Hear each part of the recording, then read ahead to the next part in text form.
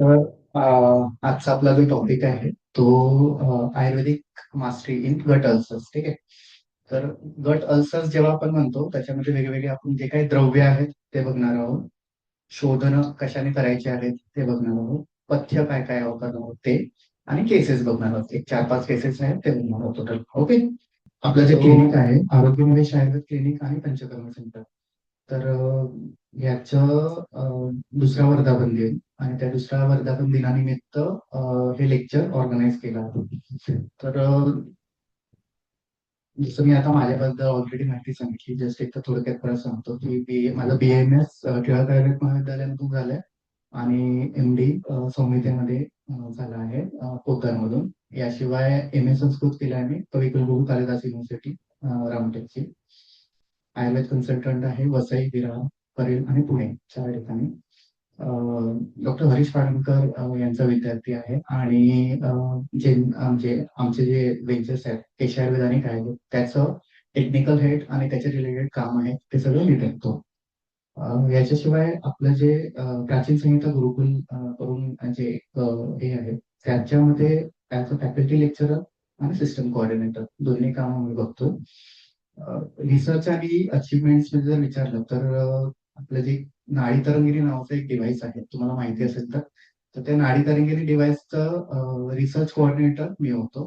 Research related workings आहेत त्या सगळ्या बॅक वर्किंग्स आहेत त्या बघितल्या होत्या. याच्याशिवाय स्वेदनपेटी कंट्रोलर करून एक डिव्हाइस आहे. तर ज्याला प्राईम मिनिस्टर नरेंद्र मोदी तर्फे 2021 मध्ये स्टार्टअप चॅलेंज अवॉर्ड मिळाला होता. ते सरांबरोबर त्याचं पण ऍज अ को वर्किंग जे आहे कोऑर्डिनेटर वर्किंग ते सगळं मी केलंय. टीचिंग्स मध्ये खूप साऱ्या गोष्टी केलेल्या. गेस्ट लेक्चरर म्हणून UAE ला म्हणजे दुबईला वगैरे हॉस्पिटल आणि ट्रायकोड याच्यासाठी गेस्ट लेक्चर म्हणून बोलवलं होतं. खूप सारे कॅम्प्स ऑर्गनाईज करणं, त्याच्या रिलेटेड वर्कशॉप्स असतात ते ऑर्गनाईज करणं, आणि क्लिनिक्स आणि हॉस्पिटल्समध्ये स्पेशली पंचकर्माच्या ज्या गोष्टी असतात तर त्याच्या रिलेटेड वर्किंग करणं. तर ह्याच्यामध्ये माझी वाईफ डॉक्टर वैष्णवी ती प्रॅक्टिस करते. तिचं पोद्दार मधून UG झालंय आणि MD YMT आयुर्वेदमध्ये करते. त्याच्याशिवाय तिचं गर्भसंस्कार आणि योग याच्यामध्ये काम आहे. सत्वावधी चिकित्सा, आयुर्वेदिक कॉस्मेटॉलॉजी, डर्मॅटॉलॉजी, ट्रायकोलॉजी याच्यामध्ये जे वर्किंग आहेत ते ती बघते. आमचं वसई विरारचे जे क्लिनिक्स आहेत तर त्याचं वर्किंग आहे ते सगळं वैष्णवी मॅडम बघतात. आजचा जो टॉपिक आहे आपला त्याच्यामध्ये आपण एक्झॅक्ट काय काय शिकणार आहोत. ओके. त्याच्यामध्ये पहिल्यांदा संप्राप्ती. ठीक आहे. गट अल्सर्स ऍक्च्युअल मध्ये फॉर्म कसे काय होतात तर त्याची आपण एक थोडक्यात संप्राप्ती आहे ती बघणार. त्याच्यानंतर मग करेक्ट द्रव्य कुठले चूज करायचे प्रत्येक याच्यासाठी ते बघणार आहोत. शोधन कसं डिसाईड करायचं की याला शोधन करणं गरजेचं आहे की नाही ते बघणार आहोत. कुठले पथ्य सांगायचे पेशंटला ते बघणार आहोत. कन्सल्टिंग कशी करायची एक्झॅक्ट ते एक बघणार आहोत. शमनाचा पण रोल आहे तर शमन चिकित्सा कोणामध्ये आणि शोधन कोणामध्ये कसं ठरवायचं ते एक बघणार आहोत. शोधन कर्म एक्झॅक्ट कुठली कुठली करायची आहेत ती एक बघणार आहोत. आणि केसेस रिअल केस हँडलिंग जे मी बघितलेले आहेत स्वतः आणि हँडल केलेले अशा केसेस आहेत ते सांग. ठीक आहे. तर सगळ्यात पहिल्यांदा आपण मॉडर्न पर्स्पेक्टिव्ह बघूया. ठीक आहे. कारण की काय होतं की गट अल्सर्स म्हटलं ना की अल्सर हा जर शब्द जरी बघितला तर खूप मोठी डेफिनेशन सांगितली, खूप मोठी डेफिनेशन आहे. तर म्युकोझल लायनिंग जी सांगितली आहे, म्युकोझल लायनिंग त्याचं ब्रेकेज होणं. ठीक आहे. ब्रेकेज होणं म्हणजे ब्रेक होणं, तिकडे काहीतरी एक म्हणजे चीर पडली, तुटलाय किंवा काहीतरी झालंय अशा पद्धतीचं आहे. तर ते ब्रेकेज होणं. तर ती कुठे कुठे होऊ शकतं. ते स्टमकला होतात, डिओडेनलला होतात किंवा इंटेस्टाइन. ठीक आहे. ओव्हरऑल या 3 ठिकाणीच होतं. त्याच्यामध्ये पण मॉडर्ननुसार जर कॉजेस बघितले ना त्याच्यामध्ये सगळ्यात जास्त इम्पॉर्टंट आणि मोस्टली हाय रेटेड जो सांगितलेला आहे तो H. पायलोरी. ठीक आहे. H. पायलोरी सगळ्यात जास्त हाय रेटेड आहे. तो म्हणजे most of the gut ulcer formation मध्ये सगळ्यात जास्त म्हणजे टॉपला सांगितलंय. त्यानंतर NSAIDs जे आहेत ते, स्ट्रेस हा खूप इम्पॉर्टंट फॅक्टर सांगितलाय, ऍसिड आणि हायपर सिक्रेशन सुद्धा जास्त सिक्रेशन्स होतात असं मॉडर्न मध्ये कॉजेस सांगितले. सिमटम्स वाईज बघितले तर इपिगॅस्ट्रिक रिजनला पेन होणं हे मेन सिमटम सांगितले की इपिगॅस्ट्रिक रिजन एक्झॅक्ट पेन स्टार्ट होतं बर्निंग सेन्सेशन्स असतात. त्याच्यामध्ये खूप सारं बर्निंग आहे, ते अगदी त्यांना छातीत जळजळ होणं, गळ्याच्या ठिकाणी जळजळ होणं, उठपासून सगळ्या गोष्टी त्या जळजळीच्या गोष्टी आहेत ना, त्या सगळ्या होत असतात. नॉशिया होणं, ठीक आहे, मळमळल्यासारखं वाटणं, ठीक आहे, हे वॉमिटिंग होणं. आणि मेलिना.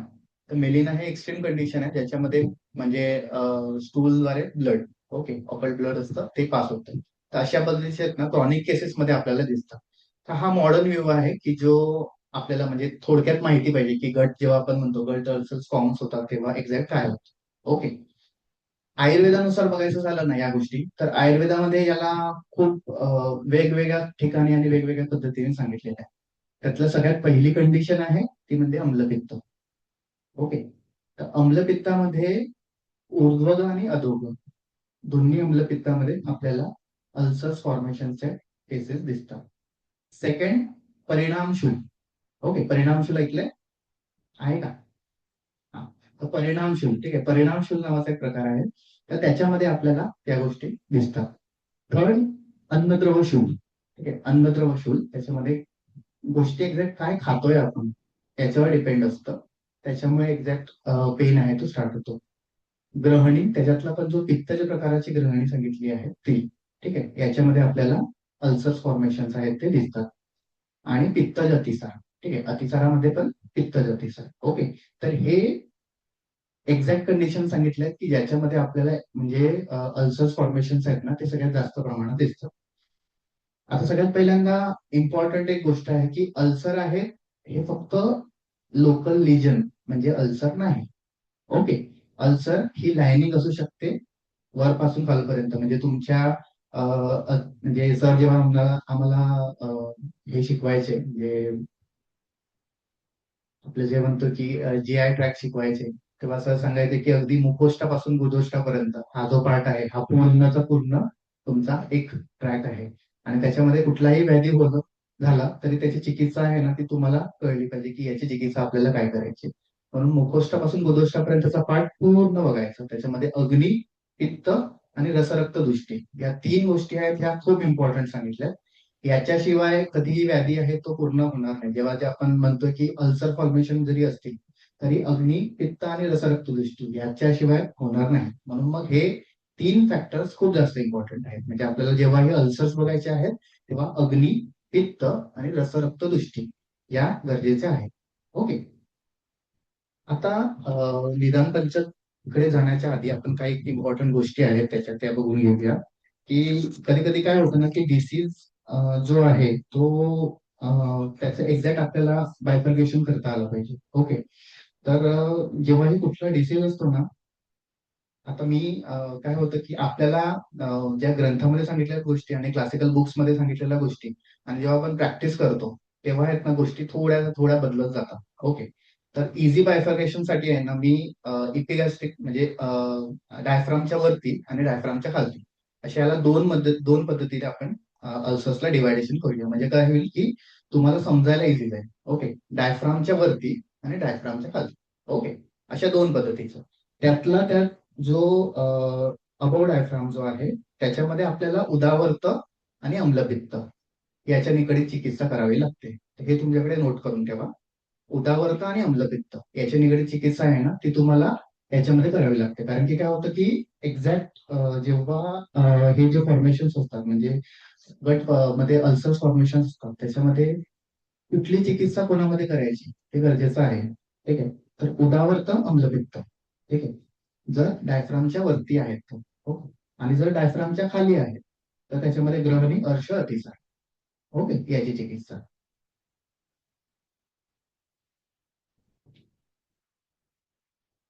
ओके. तर आता आपल्याला सगळ्यात पहिल्यांदा जे निदान पंचक आहेत ना त्याच्यामध्ये एक्झॅक्ट बघूया की कुठल्या गोष्टी आहेत आणि त्याला कसं बघायला पाहिजे. हा. तर निदान पंचकामध्ये सगळ्यात पहिला जो पाठ असतो आपण म्हणतो की हेतू. कुठले हेतू आहेत, काय काय हेतूने होतात. आता जर आपण बघितले तर अल्सर्स फॉर्मेशन हे जे आहे ना याचं साधं सोपं आणि सरळ सरळ उदाहरण सांगायचं झालं तर आयुर्वेदामध्ये जे व्रण सांगितले आहेत ना ते व्रण, ठीक आहे. मग व्रण जे आहेत ते बाह्य असले तर ते लवकर हील होतात. पण तेच जर अभ्यंतर असले तर त्याला हील व्हायला खूप जास्त काळ लागतो. ओके. मग व्रणाची पण जेव्हाही चिकित्सा म्हणतो ना, व्रणाची चिकित्सा करायची आहे, तर अल्सर्स मध्ये तुम्ही व्रणाची चिकित्सा डायरेक्टली करू शकता. ओके. त्याच्यामुळे फक्त एक्सटर्नल्स असतात जे व्रणामध्ये सांगितलेले आहेत त्या गोष्टी तुम्ही वापरू शकता.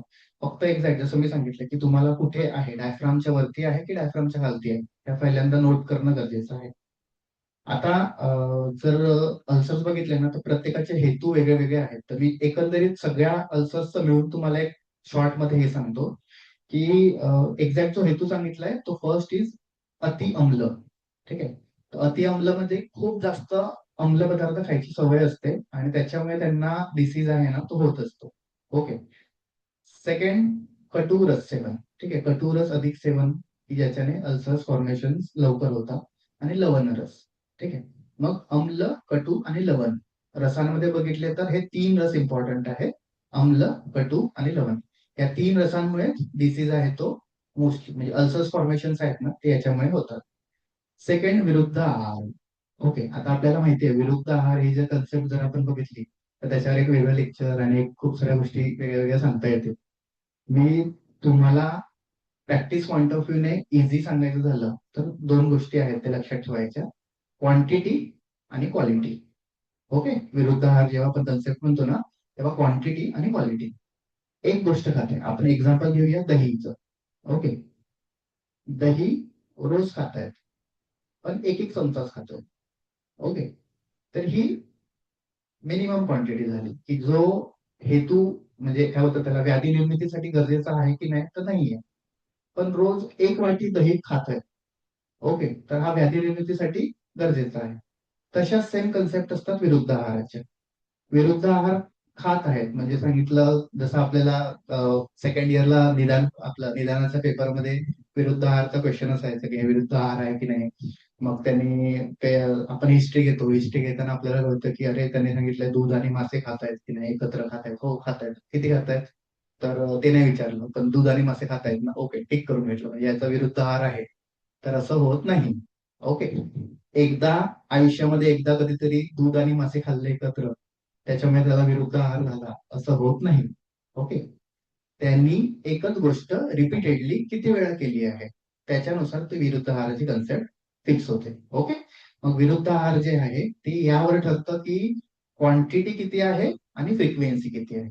ओके. मग क्वांटिटी आणि फ्रिक्वेन्सी या 2 गोष्टींवर ठरतं. मग मग आपण निदान पंचकामध्ये विरुद्ध आहार हा जो हेतू आहे हा इम्पॉर्टंट आहे याच्यामध्ये. दिवा स्वाप. ठीक आहे. आपण आता जेव्हा केसेस बघूया केसेसच्या वेळेस मी हे एक्सप्लेन करेलच की एक्झॅक्ट काय आहे. तर दिवा स्वाप आणि रात्र जागरण या 2 आहेत ना हे ह्याच्यामध्ये खूप जास्त म्हणजे प्रॉमिनंट हेतू आहेत जे आढळतात. आता दिवा स्वाप मध्ये खूप सारे लोक असे असतात ना त्यांना रात्री रात्री जागरण करायची सवय आहे आणि दिवसा झोपायची सवय. असे खूप सारे असतात. ड्यू टू वर्क असू द्या किंवा ड्यू टू त्यांची लाईफस्टाईल असू द्या. ठीक आहे. असतात असे की रात्री पूर्ण जागरण करायची आणि दिवसा झोपायचं. तर हे दिवास्वप्न जे असतात ह्या सगळ्या कंडिशन्स मध्ये आपल्याला दिसतं. अतिश्रम. अतिश्रम करायची सवय खूप जास्त म्हणजे आपले जी कामं आहेत ती सोडून अजून बाकीची कामं एक्स्ट्राची करत करत बसायची सवय असते. तर ते अतिश्रम जे आहे ती म्हणजे निदान पंचकेत याच्यामध्ये हेतू सांगितलेला आहे. आणि चिंता, क्रोध आणि भय हे मानसिक हेतूमध्ये येतात. ओके. चिंता, क्रोध आणि भय. तर आता जर म्हणजे हे जे निदान पंचक आहे ना म्हणजे हे जे हेतू आहे हे ओव्हरऑल सगळे जे अल्सर्स आणि अम्लपित्त, ग्रहणी, अतिसार याच्या सगळ्यात मध्ये जे कॉमन आहेत आणि जे आपल्याला ऍक्च्युअल मध्ये व्रण म्हणजे हे फॉर्म करायला मदत करतात असे जे पॉइंट्स आहेत ते काढलेले आहेत. ओके. आता आपण थोडंसं याचं पूर्वरूप बघूया. ओके. आपल्याकडे पेशंट्स येतात ते कुठल्या कुठल्या कॅटेगरीमध्ये येऊ शकतात. एक तर पूर्वरूपावस्थेत किंवा रूपावस्थेत. ओके. तर पूर्वरूप अवस्थेत बघितलं तर एक्झॅक्ट कुठल्या कॅटेगरीमध्ये तर एक तर अविपाक. अविपाक म्हणजे त्यांना कळत नाहीये की आपण खाल्लेलं आपल्याला पचतंय की नाही पचत आहे. अशी कॅटेगरीची असतात. सेकंड, रोल्लास. रोल्लास म्हणजे नुसतं असं उलटी सारखं वाटतं. फिलिंग असते उलटी सारखीची फिलिंग असते सारखी सारखी. ओके. आणि दाह होत राहतो. ठीक आहे. छातीच्या ठिकाणी जळजळ होत राहते. तर हे पूर्वरूप अवस्थेत असतात. याच्यामध्ये पण दुसरी एक कॅटेगरी येते पूर्वरूप अवस्थेमधली ज्यांना उलटी काढायची सवय असते. ओके. तर समजा आता पेशंट आहे आणि तो जर सारखं सारखं सारखं सारखं उलटी काढत आहे. ओके. अशी लॉंग टर्म पर्यंत जर करत असेल ना, तर तो त्याला 101% अल्सर फॉर्मेशन मध्ये तो जाणार आहे. ओके. तो गॅस्ट्रायटिस मध्ये जाईल, तो इपिगॅस्ट्रिक पेन मध्ये जाईल किंवा अल्सरेटिव्ह कोलायटिस मध्ये जाईल, कशामध्ये तरी जाईल, पण तो जाणार आहे. कारण की जे पित्त शरीरामध्ये निवळलं पाहिजे आणि शरीरामधून एक नॅचरली त्याची हे शमन झालं पाहिजे, ते नाही होत आणि ते शरीराबाहेर काढलं जाते. पण मग ते अजून फॉर्म होतं. जेव्हा कुठलीही गोष्ट अजून फॉर्म होते आणि त्याला मार्ग नाहीये, मग ते शरीरामध्ये काही ना काय निर्मिती करत राहणार. ओके. त्याच्यामुळे निदान पंचकामध्ये पूर्वरूपामध्ये अविपाक, उल्हास आणि दाह हे मुख्य लक्षणांमध्ये आपल्याला बघायला मिळतात. ओके. आता रूप अवस्थेत जर आपण गेलो, तर रूप अवस्थेत बघितलं तर काय आहे, तर इम्पॉर्टंट फर्स्ट तिक्तम्लोद्गार.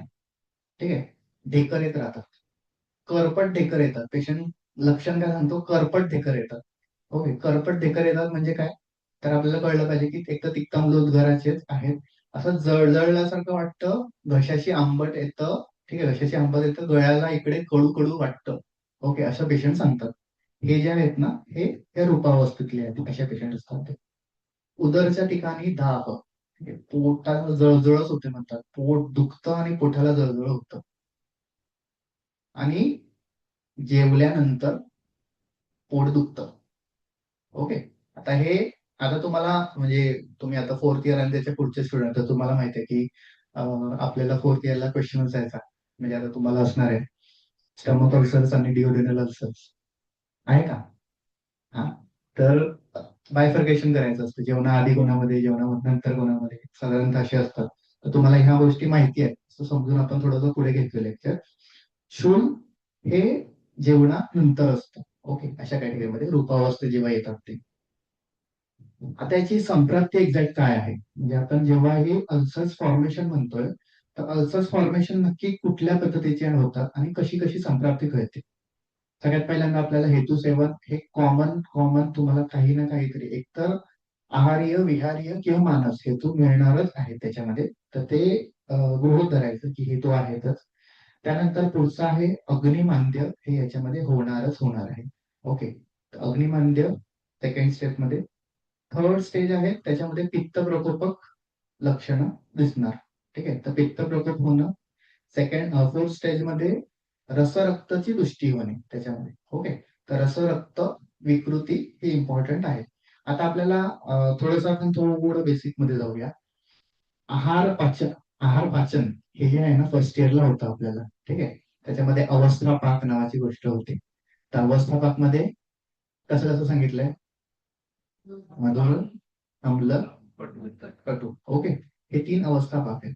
तर अवस्थापाक जेव्हा ही फॉर्म होतात, तेव्हा त्याच्यामध्ये इम्पॉर्टंट प्रिव्हियस स्टेज असते की त्याला आहाराचा आहे ना नीट पचन झालं पाहिजे, मगच ते अवस्थापाकाकडे येतात आणि अवस्थापाक चांगला जे काय आहे ते घडत जातं.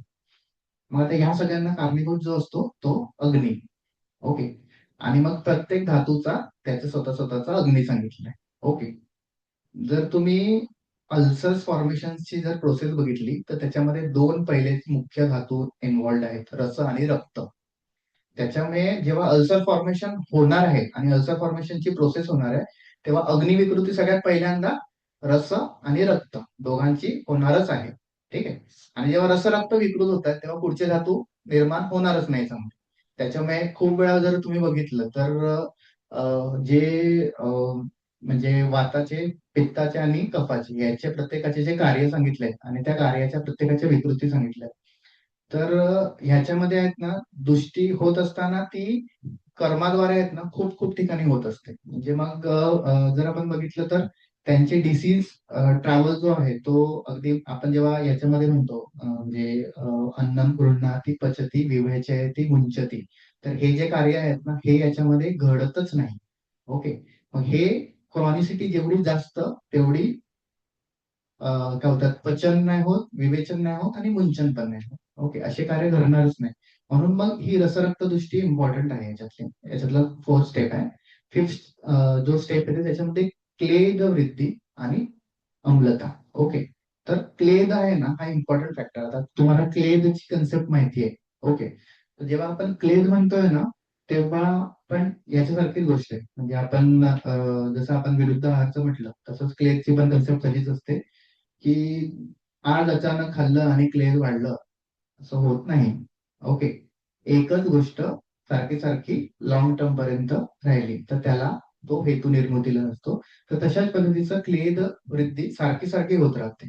ठीक आहे, अशा पद्धतीचं आहे आणि अम्लता असते. ओके. याच्यामुळे काय होतं, सिक्स स्टेप मध्ये क्षत होतं अन्न व स्रोतसाचं. ठीक आहे, अन्न व स्रोतस. अन्न व स्रोतस आहे ना, त्याला क्षत म्हणजे त्याला तिकडे काय होतो, आघात होतो. आणि त्याच्यामुळे जे होतात ते ऍक्च्युअल अल्सर्स फॉर्मेशन तयार होतात. म्हणजे ऍक्च्युअल मध्ये अशी पूर्ण हे आहे. त्याची स्टेजेस बघितले तर असे आहेत की अगदी निदान सेवनापासून ते अग्नी आहे, पित्त आहे, याच्यामध्ये रसरक्तदृष्टी आहे, क्लेद आहे, आणि मग अन्नवस्रोतसाला ते एक्झॅक्ट हे करतं आणि मग अल्सर्स फॉर्मेशन होते. पुढे याच्यात जर संप्राप्ती घटक बघितले म्हणजे एक्झॅक्ट कुठल्या पद्धतीने संप्राप्ती घडते, तर पित्तामधलं जर बघितलं तर साधक पित्त आणि पाचक पित्त हे दोन इम्पॉर्टंट पित्त सांगितले की ज्याच्यामध्ये इन्व्हॉल्ड आहे. ओके. साधक पित्त पित्त आणि पाचक. आणि वातामध्ये बघितलं तर समान वायू. ओके. कारण की समान आहे तो अग्नी समीपस्थ सांगितलाय आणि अग्नी समीपस्थ असल्यामुळे तो जर विकृत झाला तर त्याच्याद्वारे सगळ्या गोष्टी घडणार आहेत. त्याच्यामुळे पाचक पित्त आणि समान वायू हे तर दोन खूपच मुख्य आहेत. आणि साधक, कारण की साधक हृदगत पित्त सांगितले आणि हृदगत पित्त जेव्हा असतं तेव्हा तो हृदयाबरोबर रसवाही जे आहे ते पूर्ण शरीराबरोबर पसरतात. म्हणून रसवाही धमन्या ज्या आहेत त्या पूर्ण शरीराबरोबर सांगितल्या.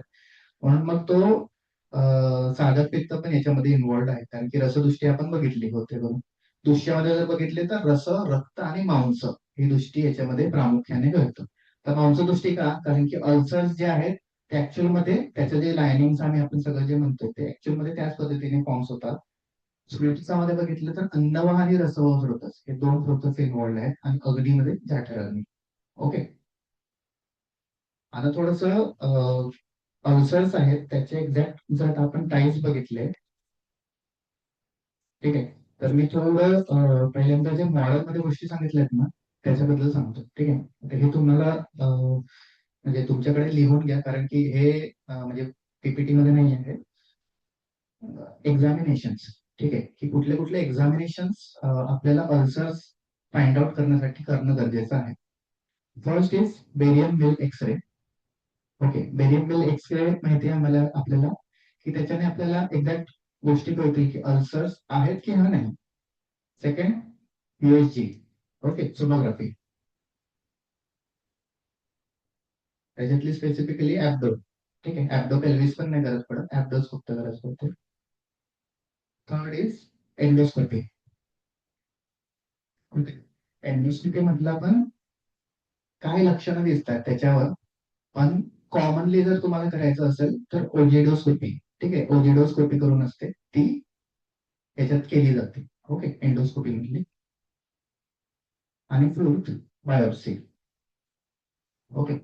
आता जेव्हा आपण लक्षणं म्हणतोय ना तर आपल्याला लक्षणं कळलीत, हे दिसत आहे. पण जोपर्यंत आता आजकालचं म्हणजे असं म्हणतोय आपण की युगच असं झालंय की म्हणजे आपण सांगितलं की तुला हे झालंय तर तो विश्वास ठेवणार नाही पेशंट. पण जेव्हा त्याला रिपोर्ट मध्ये कळलं की त्याला काय झालंय तेव्हा त्याला विश्वास बसतो की अरे मला असं असं झालंय. मग तो सर्च करायला लागतो. मग त्याला कळतं की हे किती सिरियस आहे. नाहीतर त्याला वाटतं की मला फक्त ऍसिडिटीच झाली आणि डॉक्टर एवढे औषधे देतात मला. ओके. तर त्याला एक्झॅक्ट त्याचं गांभीर्य पण कळायला पाहिजे. आता जर तुम्ही बघितले ना तर बेरियम मिल्क एक्सरे, एंडोस्कोपी आणि बायोप्सी ह्या खूप जास्त कॉस्टली प्रोसेस आहेत. ओके. म्हणजे साधारणतः 8 ते 10 हजार रुपये खर्च येतो फक्त एक्झामिनेशन साठी, म्हणजे याचे जे टेस्ट आहेत त्या करण्यासाठी. ओके. जर ओजिडोस्कोपी केली आणि त्याच्यामध्ये आपल्याला जाणवलं की याच्यामध्ये काहीतरी विकृती आहे, अल्सर जास्त आहे, तर मग त्याची बायोप्सी केली जाते. नाहीतर बायोप्सी करायची गरज नसते. ओके. त्याच्यामुळे अल्सर्स आहे हा सेक्शन असा आहे की त्याच्यामध्ये तुम्हाला टेस्ट आहेत त्या खूप महाग आहे.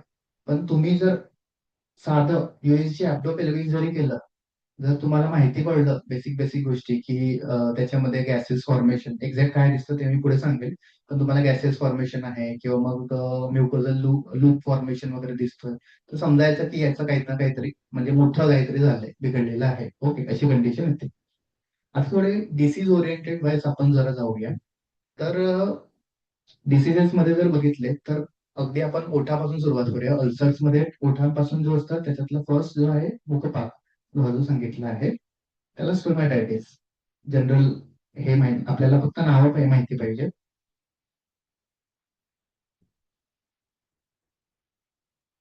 Okay, stomatitis. Second acid reflex. Okay, acid reflex नावाचे जे आहे ते. Third anorexia. डिस्पेप्सिया. डिस्पेप्सियामध्ये अल्सर्स फॉर्मेशन, जे डिस्पेप्सिया अल्सर्स असतात त्याच्यामध्ये दोन प्रकार असतात, एक नॉन अल्सर्स आणि एक अल्सर्स. ठीक आहे, त्यातले फक्त अल्सर्स डिस्पेप्सिया जो आहे तो. गॅस्ट्रायटिस, इन्सरेटिव्ह कोलायटिस, अँटीबायोटिक इंड्युस्ड कोलायटिस असा पण एक प्रकार आहे. ठीक आहे. कॉलीची पेन. तर ओव्हरऑल जेव्हा आपण अल्सर्स म्हणतो ना, तर तेव्हा ह्या सगळ्यांचा विचार केला जातो. म्हणजे मॉडर्न मध्ये आहेत ना, जेव्हा अल्सर्स म्हणतो ना तेव्हा अगदी आपण तोंडापासून सुरुवात केलं तर आणि इंटेस्टाईन पर्यंत गेलो तर एवढ्या पद्धतीचे वेगवेगळ्या गोष्टीचे अल्सर्स इथे फॉर्म होतात. ओके. ह्याच्यातलं जर आपण आयुर्वेदानुसार जर क्लासिफिकेशन करायचं झालं तर पहिला जो आहे प्रकार तो पित्त प्रधान अल्सर्स असू शकतात. ठीक आहे, पित्तच प्रधान म्हणजे ज्याच्यामध्ये प्युअरली प्युअरली पित्त आहे आणि पित्ताचीच लक्षणं दिसत आहेत आपल्याला. सेकंड जो आहे तो वातपित्तच असतात. ठीक आहे, वातपित्तच त्याच्यामध्ये पेन आहे ना जास्त प्रमाणात असते, म्हणजे जे शूलची टेंडन्सी आहे ना ती जास्त असते. ओके, जे वातपित्तच असतात. थर्ड कफपित्तज असतात, ज्याच्यामध्ये हेवीनेस किंवा नॉशिया हा जो आहे ना हा जास्त असतो. हेवीनेस म्हणजे गुरुत्व, ठीक आहे, गौरवता जास्त असते. आणि नॉशिया म्हणजे कंटिन्यू मळमळणं, ही जी फिलिंग आहे ना ही जास्त असते. हे अल्सर्स आहेत जे कफपित्तज असतात. ओके. आणि फोर्थ जे आहेत ते क्रॉनिक अल्सर, ज्याच्यामध्ये धातुक्षय दिसतो. ओके, क्रॉनिक अल्सर्स विथ धातुक्षय. ओके. आता हे जे क्रॉनिक अल्सर्स विथ धातुक्षयवाले जे आहेत ना, हे जनरली कन्वर्ट होतात, म्हणजे मॉडर्न नुसार जी टर्मिनॉलॉजी अल्सरेटिव्ह कोलायटिस याच्यामध्ये जे असतात. ठीक आहे, क्रॉनिक अल्सर्स विथ धातुक्षय. आता त्याच्यामध्ये धातुक्षय एवढं असते की पेशंटचा 10-10 किलो 12-12 किलो वेट लॉस होतं. ठीक आहे, 6 महिन्याच्या स्पॅन मध्ये 3 महिन्याच्या स्पॅन मध्ये खूप जास्त वेट लॉस होतो. ठीक आहे, हे क्रॉनिक अल्सर्स विथ धातुक्षय आहे. ओके. तर हे 4 मुख्य प्रकार आहेत की ज्याच्यामध्ये आपण अल्सर जे आहेत ते बायफर्गेट करू शकतो. आता आपण डायरेक्ट जो इम्पॉर्टंट पार्ट जो आहे ट्रीटमेंट, ठीक आहे, चिकित्सा सिद्धांत त्याच्याकडे जाऊया.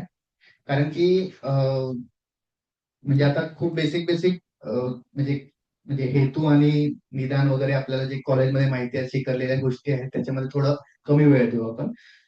ट्रीटमेंट प्रिन्सिपल जे आहे चिकित्सा सिद्धांत जे सांगितलेले आहे त्यातला सगळ्यात पहिला सिद्धांत आपल्याला माहिती असलेला निदान परिवर्जन. म्हणजे हेतू जे आहेत ते पेशंटला सांगणं की बाबा तुम्ही हे बंद करा, तुम्ही हे त्याच्यासाठी काउन्सिलिंग करणं. ते कसं करायचं आपण थोडं पुढे बघूया, पण काउन्सिलिंग करणं गरजेचं आहे. ओके. पित्त शमन. ठीक आहे, पित्त शमन करणं ही चिकित्सा सिद्धांतामध्ये खूप इम्पॉर्टंट गोष्ट आहे. थर्ड, अग्निदीपन करायचं पण पित्त वाढवू नाही द्यायचं. अग्निदीपन करायचं आहे पण पित्त नाही वाढलं पाहिजे. ओके, अशा पद्धतीची चिकित्सा. फोर्थ, व्रणरोपण खूप इम्पॉर्टंट आहे, व्रणरोपण करायचं. आणि फिफ्थ, रसरक्त प्रसारण. ओके, रसरक्त प्रसारण करायचं. तर याच्यातलं पण मी तुम्हाला जरा प्रत्येक याच्यामध्ये जे म्हणजे पीपीटी मध्ये नाहीये पण तुम्हाला important practice point of view ने काही गोष्टी आहेत. त्याच्यामध्ये समजा आपण तोंडापासून सुरुवात केली, जर ओरल हे बघितले, ठीक आहे, ओरल जर अल्सर्स असतात तर त्याच्यामधलं ट्रीटमेंट प्रोटोकॉल जर ठरवायचा असेल तर त्याच्यामध्ये तिक्त, कषाय आणि मधुर रस याचा वापर जास्त करायचा.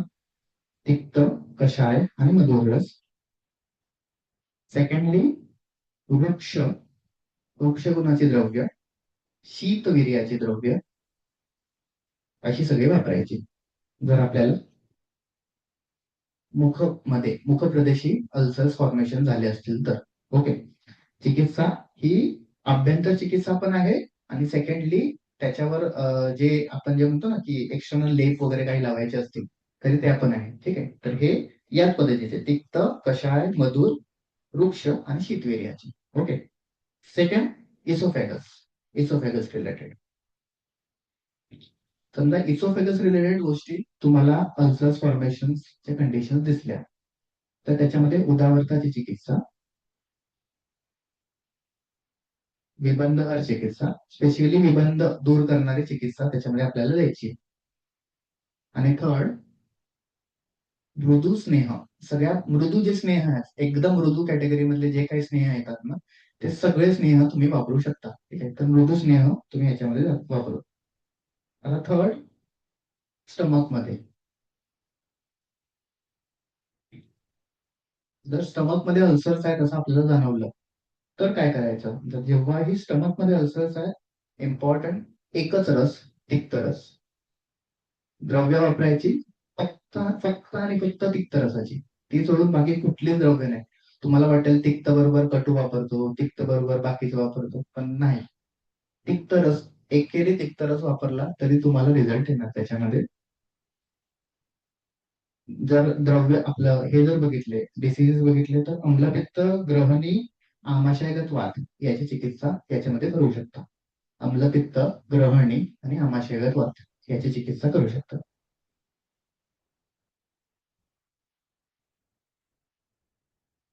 ठीक आहे. आता पुढचं जे आहे इंटेस्टाईनचे डिसीजेस असतात ते. ओके. इंटेस्टाईनचे डिसीजेस आहेत त्याच्यामध्ये आंतरविद्रतेची चिकित्सा सांगितली आहे ती करू शकतो. धातू पाकवर औषध ती सगळी वापरू शकतो ज्याच्यामध्ये धातू पाक हे करण्याची असतात ना कॅपॅसिटी ती. व्रणाची चिकित्सा आहे ना ती तुम्ही याच्यामध्ये करू शकता इंटेस्टाईन याच्यामध्ये. पित्तज ग्रहणीची चिकित्सा, पित्तज ग्रहणीची चिकित्सा करू शकता. रक्तस्तंभक चिकित्सा आहे ती याच्यामध्ये इम्पॉर्टंट आहे. ठीक आहे. त्याच्यामध्ये रक्तस्तंभन करणारी औषध आहेत ती सगळी तुम्ही याच्यामध्ये वापरू शकता. एक गोष्ट नेहमी लक्षात ठेवायची, जेव्हा इंटेस्टाईन रिलेटेड काही डिफॉर्मिटी असतात, पक्वाशयगत असतात, त्याच्यामध्ये पिप्पली कधीच वापरायची नाही. ओके. पिप्पली, उष्ण, पित्त. ठीक आहे. जे आपण सांगितलं पिप्पली कधीच वापरायची नाही. ओके. म्हणजे तुम्हाला एरवी पण तुम्हाला बाकीच्या गोष्टी म्हणजे आपल्याला हे माहितात की बाबा पित्तप्रधान व्यक्ती आहे, पित्तप्रधान ऋतू आहे, पित्तप्रधान काळ आहे, पित्तप्रधान प्रकृती आहे, तर त्याला पित्तप्रधान औषधं वापरायची नाहीच, हे तर आपल्याला माहिती आहे. अपार्ट फ्रॉम दिस, जेव्हा आपण इंटेस्टाईन म्हणतोय, ठीक आहे, किंवा मॉडर्न आयुर्वेदानुसार जरी बघितलं तरी ग्रहणीचं जे स्थान आहे, ठीक आहे, त्याच्यामध्ये जर पित्त हे खूप इम्पॉर्टंट फॅक्टर सांगितलेलं आहे. ठीक आहे. म्हणून मग पित्त ज्याचं खूप जास्त प्रमाणात आणि औष्ण्य जास्त प्रमाणात अशा गोष्टी त्याच्यामध्ये वापरायच्याच नाही. म्हणून मग याच्यामध्ये आपण पिप्पली कधीच वापरणार नाही. इंटेस्टाईन मध्ये पंचकर्मामधल्या ज्या हे आहेत त्याच्यातलं इच्छावस्ती ही ट्रीटमेंट इम्पॉर्टंट आहे. ठीक आहे. ट्रीटमेंट म्हणजे प्रोटोकॉल मध्ये. आता लास्ट वाले जे आहेत diseases of rectum and anus. ठीक आहे. ॲनस आणि रेक्टम याचे जे डिसीजेस आहे त्याच्यामध्ये जर बघितलं तर अपान दृष्टीवर चिकित्सा, अपान दृष्टीवर चिकित्सा गरजेची आहे. अर्श, अश्मरी आणि पित्तजतीसार याचे चिकित्सा सिद्धांत वापरायचे. अर्श, अश्मरी आणि पित्तजतीसार. वातानुलोमन चिकित्सा, सूक्ष्म वातावर स्रोतशोधन करणारी आणि रेचन चिकित्सा या सगळ्या याच्यामध्ये वापरू शकतो.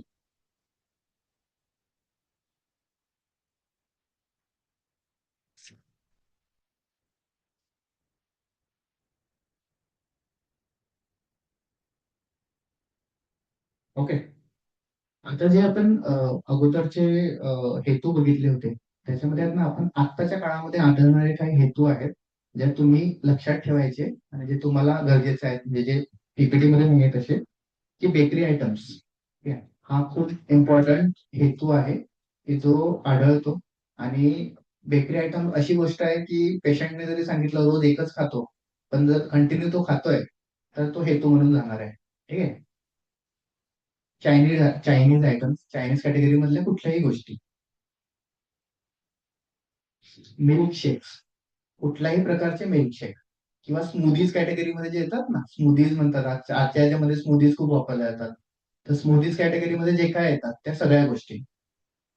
पावभाजी, पावभाजी मधली कुठलीही पावभाजी, ते म्हटले जैन पावभाजी खातो, कांदावाला नाही वापरत, हे नाही वापरत, तरी पण ते इन्क्लूड होणार. Okay. Milk and milk products, दूध आणि दुग्धजन्य पदार्थ.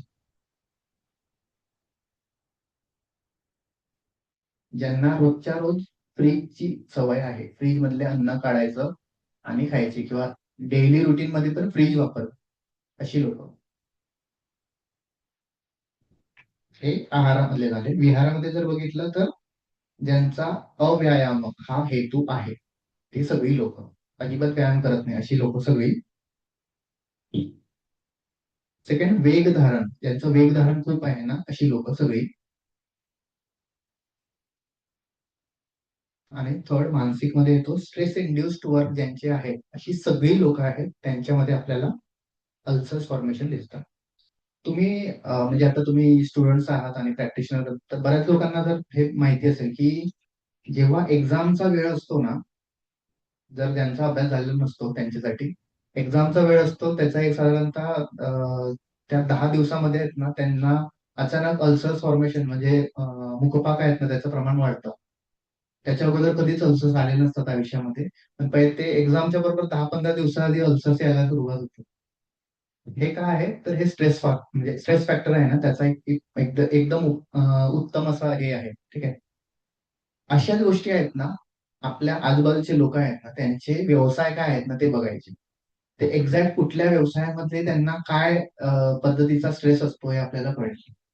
एखादा तो म्हटलं की मी शेअर मार्केटचं काम करतो, ओके, माझं इंट्राडे ट्रेडिंग आहे, रोज ट्रेडिंग करतो, असं जर आहे, तर त्याला किती हाय लेवलचं स्ट्रेस असणार आहे हे तुम्हाला माहिती पाहिजे.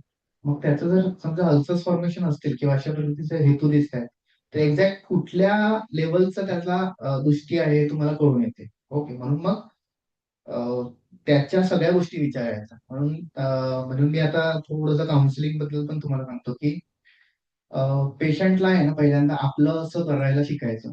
आपलं असं करायला शिकायचं म्हणजे फर्स्ट, जेव्हा पेशंट येतो, पहिल्या 5 ते 10 मिनिटांमध्ये तो तुमचा झाला पाहिजे. पहिल्या 5 ते 10 मिनिटात त्याच्यामध्ये त्याने तुम्हाला सगळं सांगितलं म्हणजे तो तुमचं पुढचं ऐकणार आहे. ओके. पण समजा त्याने तुम्हाला काहीच सांगितलं नाही, तुमचं तो काहीच ऐकणार नाही.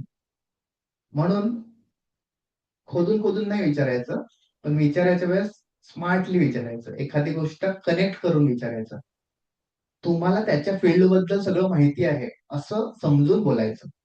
ठीक आहे. म्हणून मग तुम्ही सगळ्या फील्ड बद्दलची माहिती, म्हणजे आपण जे म्हणतो ना, वैद्यांचं नॉलेज सगळ्यात कमी असतं. ठीक आहे. तर ते नसायला पाहिजे. का? कारण की सगळ्या फील्डचं सगळं माहिती पाहिजे तुम्हाला.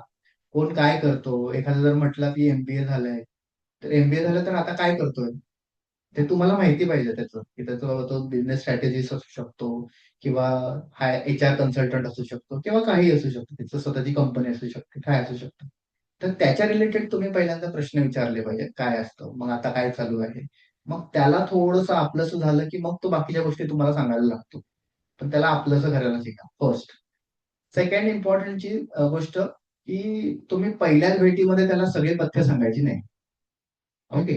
पहिल्याच भेटीमध्ये तुम्ही सगळी लिस्ट देतात की आजपासून तू हे सगळं खाणं बंद करून टाक. ओके. तर असं केलं तर पेशंट येणं बंद करतो. ओके.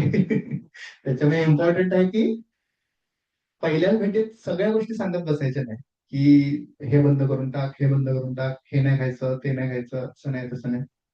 जर अशा गोष्टी केल्या ना, तर खूप वेळा म्हणजे प्रॅक्टिस मधला अनुभव आहे की तुम्ही खूप जास्त स्ट्रिक्टली सांगता. खूप ठिकाणी फॉलो होतं पण मुंबई सारख्या ठिकाणी नाही फॉलो होत. ओके. त्याच्यामुळे तुम्हाला फक्त बेसिक गोष्टी काही माहिती पाहिजेत, की पेशंटला कलेकलेने गोष्टी सांगायच्या. मग पथ्य आहेत ना, त्याच्यातले पहिल्यांदा 20% पथ्य सांगायचे सुरुवातीला, आणि 100% औषधं द्यायची. ओके. 20% पथ्य, 100% औषध. नेक्स्ट फॉलोअपला जेव्हा तो येतो, त्याला रिझल्ट दिसायला लागतो, तेव्हा तो म्हणतो की आता सांगा तुम्ही अजून काय फॉलो करायचं. मग तुम्ही थोडेसे पथ्य वाढवायचे. मग जेव्हा तुम्ही पथ्याचं टेंडन्सी थोडी वाढवतात, औषधांचं प्रमाण थोडं कमी करू शकता. असं करत करत करत जायचं की नंतर अशी स्टेज यायला पाहिजे की तुमची पथ्य सगळी गेली पाहिजेत आणि औषधं सगळी बंद झाली पाहिजे. ओके. खूप वेळा पेशंटला प्रश्न पडतो काय आयुर्वेदिक औषधं स्टार्ट केली की ती बंद होत नाही. ठीक आहे. किंवा मग काही केलं तरी मग ते औषधं घ्यावेच लागतात सारखी सारखी.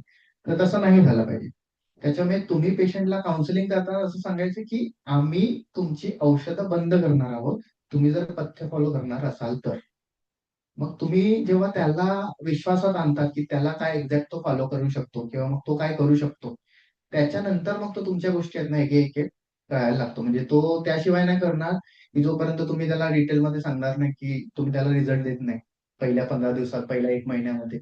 ठीक आहे. त्याच्यामुळे आणि सगळ्यात इम्पॉर्टंट गोष्ट, पहिल्याच महिन्यामध्ये काही ना काहीतरी कर्म त्याच्या जोडीला करून टाकायचं पंचकर्मामधलं. ठीक आहे. की जेणेकरून त्याला फास्ट, खूप जणांचं असतं की फास्ट काहीतरी दिसायला पाहिजे, लवकर रिझल्ट दिसायला पाहिजे. तर काहीतरी कर्म त्याच्या रिलेटेड करून टाकायचे. म्हणजे त्याला एक धीर पण येतो, पुढे तो फॉलो पण करतो 3 महिने 6 महिने जे काय आपण ट्रीटमेंट सांगू की तुला एवढा एवढा आहे. फर्स्ट डेला त्याला किती किती महिने औषधं घ्यावी लागतील त्याचा एक टेंटेटिव्ह कालावधी सांगायचा. ओके. कारण की काय होऊन जातं की पेशंटचं माइंडसेट असतं, त्या माइंडसेटने तो येतो. त्याच्यामुळे तो माइंडसेट त्याला नीट झाला पाहिजे. त्याच्यामुळे तो फर्स्ट डेला त्याला एक कालावधी आहे ना तो टेंटेटिव्ह सांगायचा आहे आपल्याला. ओके. ह्या काउन्सिलिंगच्या गोष्टी आहेत, कन्सल्टिंगच्या गोष्टी आहेत. ह्या तुम्ही जेव्हा सांगता व्यवस्थित, तेव्हा पेशंट टिकतात आणि तेव्हा ते पुढे लॉंग टर्म पर्यंत ट्रीटमेंट आहे ती तुमची फॉलो करणार आहे. ओके. थोडंसं पुढे जाऊया आपण आता.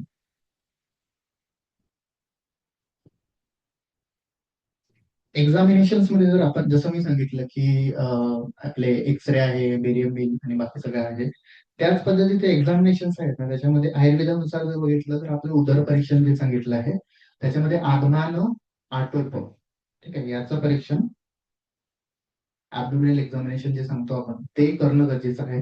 अगदी 9 क्वाड्रंट मध्ये कुठल्या साईडला पेन आहे, ठीक आहे.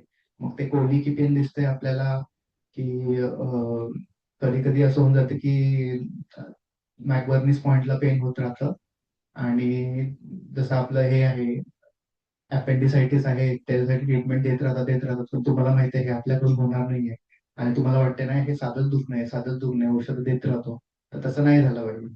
ते एक्झॅक्ट कुठलं पेन आहे काय आहे ते आपल्याला कळायला पाहिजे. त्याच्यामुळे मॉडर्नचे कन्सेप्ट आणि मॉडर्नच्या एक्झामिनेशन सिस्टीम्स ह्या तुमच्या चांगल्याने काय होतं त्याला चांगल्याने माहिती पाहिजे तुम्हाला. जेव्हा तुम्ही ट्रीटमेंट स्टार्ट करतात ना, आयुर्वेदिक ट्रीटमेंट जरी स्टार्ट करतात, तुमच्याकडे एखादा रिपोर्ट जरी आला तो तरी तो तुम्हाला वाचता आला पाहिजे सगळं व्यवस्थित. त्या पद्धतीने सगळ्या गोष्टी करायच्या. पुढचं जे इम्पॉर्टंट आहे याच्यामध्ये मलपरीक्षण. ओके. कारण की जेव्हाही म्हणजे तुम्ही ह्याच्यामध्ये पेशंटला आहे ना मलपरीक्षणाबद्दल विचारत नाहीत ना, तोपर्यंत तुमचं डायग्नोसिस परफेक्शन कडे जात नाही. म्हणजे अगदी संडासला पातळ होते का, ठीक आहे, किती वेळा जावं लागतं, पातळ होते का, त्याच्याद्वारे अन्न पडतंय का बाहेर, जसं तसं खाल्लेलं बाहेर पडतंय का. जर समजा जसं तसं बाहेर पडतंय तर त्याची पूर्णच बिघडलेली आहे प्रोसेस असं समजून घ्यायचं. ठीक आहे. आणि अशा कंडिशन दिवसभरामध्ये किती वेळा होतं हे, ठीक आहे, ह्या सगळ्या गोष्टीचा विचार करायचा. आणि मग म्हणजे मलपरीक्षणामध्ये आणि दुसरं आपल्याला माहित आहे की साम निरा मल आहे त्याचं परीक्षण जे सांगितलंय ते डोक्यामध्ये ठेवायचं. आणि हे पण प्रश्न विचारायचे की एक्झॅक्ट तुम्ही खाल्लेलं अन्न जसं तसं बाहेर पडतंय का, अन्न पडायच्या वेळेस गुदच्या ठिकाणी जळजळ होते का, म्हणजे दाह होते का, कंडू होतोय का. ओके. दाह, कंडू आणि स्त्राव या 3 गोष्टी 100% विचारायच्या. दाह, कंडू आणि स्त्राव. कारण की जेव्हा तुम्ही म्हणजे ह्या गोष्टी विचारतात ना तेव्हा तुम्हाला कळते की त्याच्यामध्ये आव जी आहे आव निर्मिती होते की नाही. ठीक आहे. आव म्हणजे काय तर त्याच्यातला म्हणजे मलद्वारे कफ जेव्हा बाहेर पडतो, कुठल्याही पद्धतीचा कफ बाहेर पडतो तो, तर पेशंटला माहित असतं. पेशंटला विचारायचं की संडासवाटे चिकट चिकट असं बाहेर पडतं का. तर ते पेशंट सांगतात की हो चिकट चिकट होतं एकदम असं आणि चिकट चिकट बाहेर आल्यासारखं वाटतं शेंबडासारखं असं सांगतात. मग आपल्याला पाहिजे की ही आव आहे, आव निर्मिती आहे. ठीक आहे. आव निर्मिती होते म्हणजे कफ जो आहे तो त्याच्यामध्ये त्याच्याद्वारे बाहेर पडतो. आता थोडंसं आपण औषधांमध्ये जाऊया. सगळ्यात पहिल्यांदा एकल औषधं. जी एकल औषधं आपल्याला याच्यामध्ये वापरली पाहिजेत आणि जी बेस्ट आहेत वापरता येतील अशी एकल औषधामध्ये पण पित्त शमन करणारी आणि व्रणरोपण करणारी अशी कॅटेगरी आहे. पित्त शमन आणि व्रणरोपण. ओके. त्यातलं फर्स्ट इज एसटी मधून जे बेस्ट आहे व्रणरोपण पित्त शमन दोन्ही याच्यामध्ये. सेकंड शतावरी. ठीक आहे. एकल औषध ही तुम्ही एकल पण वापरू शकता म्हणजे एकटे एकटे वापरले तरी तुम्हाला चालणार आहे. कॉम्बिनेशन मध्ये वापरायची गरज पण नाही. Third is guduchi.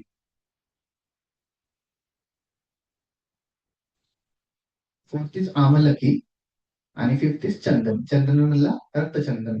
ओके. तर रक्तचंदन आहे ते याच्यामध्ये बेस्ट सांगितले आहेत जे रिझल्ट वाईज आहेत ना तुम्हाला जे व्रणरोपण पण करतात आणि पित्तशमन पण करतात अशा कॅटेगरीतलं असतं. ओके. नेक्स्ट दाह आणि शूलहर. दाह आणि शूलहर त्यामध्ये मुस्ता लोध्र आणि उशीर. ओके. मुस्ता लोध्र आणि उशीर हे एकल द्रव्य आहेत की ज्याच्यामध्ये वापरली तर आपल्याला चांगला रिझल्ट येतो. ओके. जे एकल द्रव्य आहेत तुम्ही वापरू शकता. थोडस पुढे जाऊया आपण क्लासिकल फॉर्म्युलेशन जे ग्रंथोक्त हे सांगितले आहे. त्यातला सगळ्यात पहिला अविपत्तिकर चूर्ण वाईडली यूज करू शकतो तुम्ही. वाईडली यूज करू शकता कुठल्या जे अल्सर्स ज्याच्यामध्ये अल्सर्स दिसतात ना त्या सगळ्या कॅटेगरी. आता मी जे सांगतोय ना हे तुम्हाला अल्सर्सच्या निगडीत गोष्टी लक्षात ठेवूनच सांगतोय. ओके. मग त्याच्यामध्ये अविपत्तिकर चूर्ण. सेकंड कामदुधा मौक्तिकयुक्त. ठीक आहे. मौक्तिकयुक्त कामदुधा. थर्ड शेखर.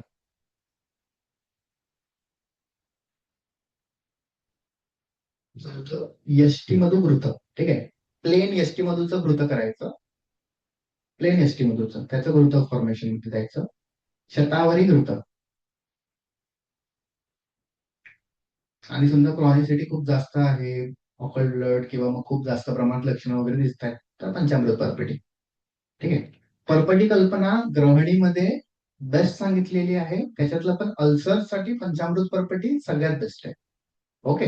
रसपर्पटी आणि पंचामृत परपटी दोन्ही खूप जास्त इम्पॉर्टंट आहेत.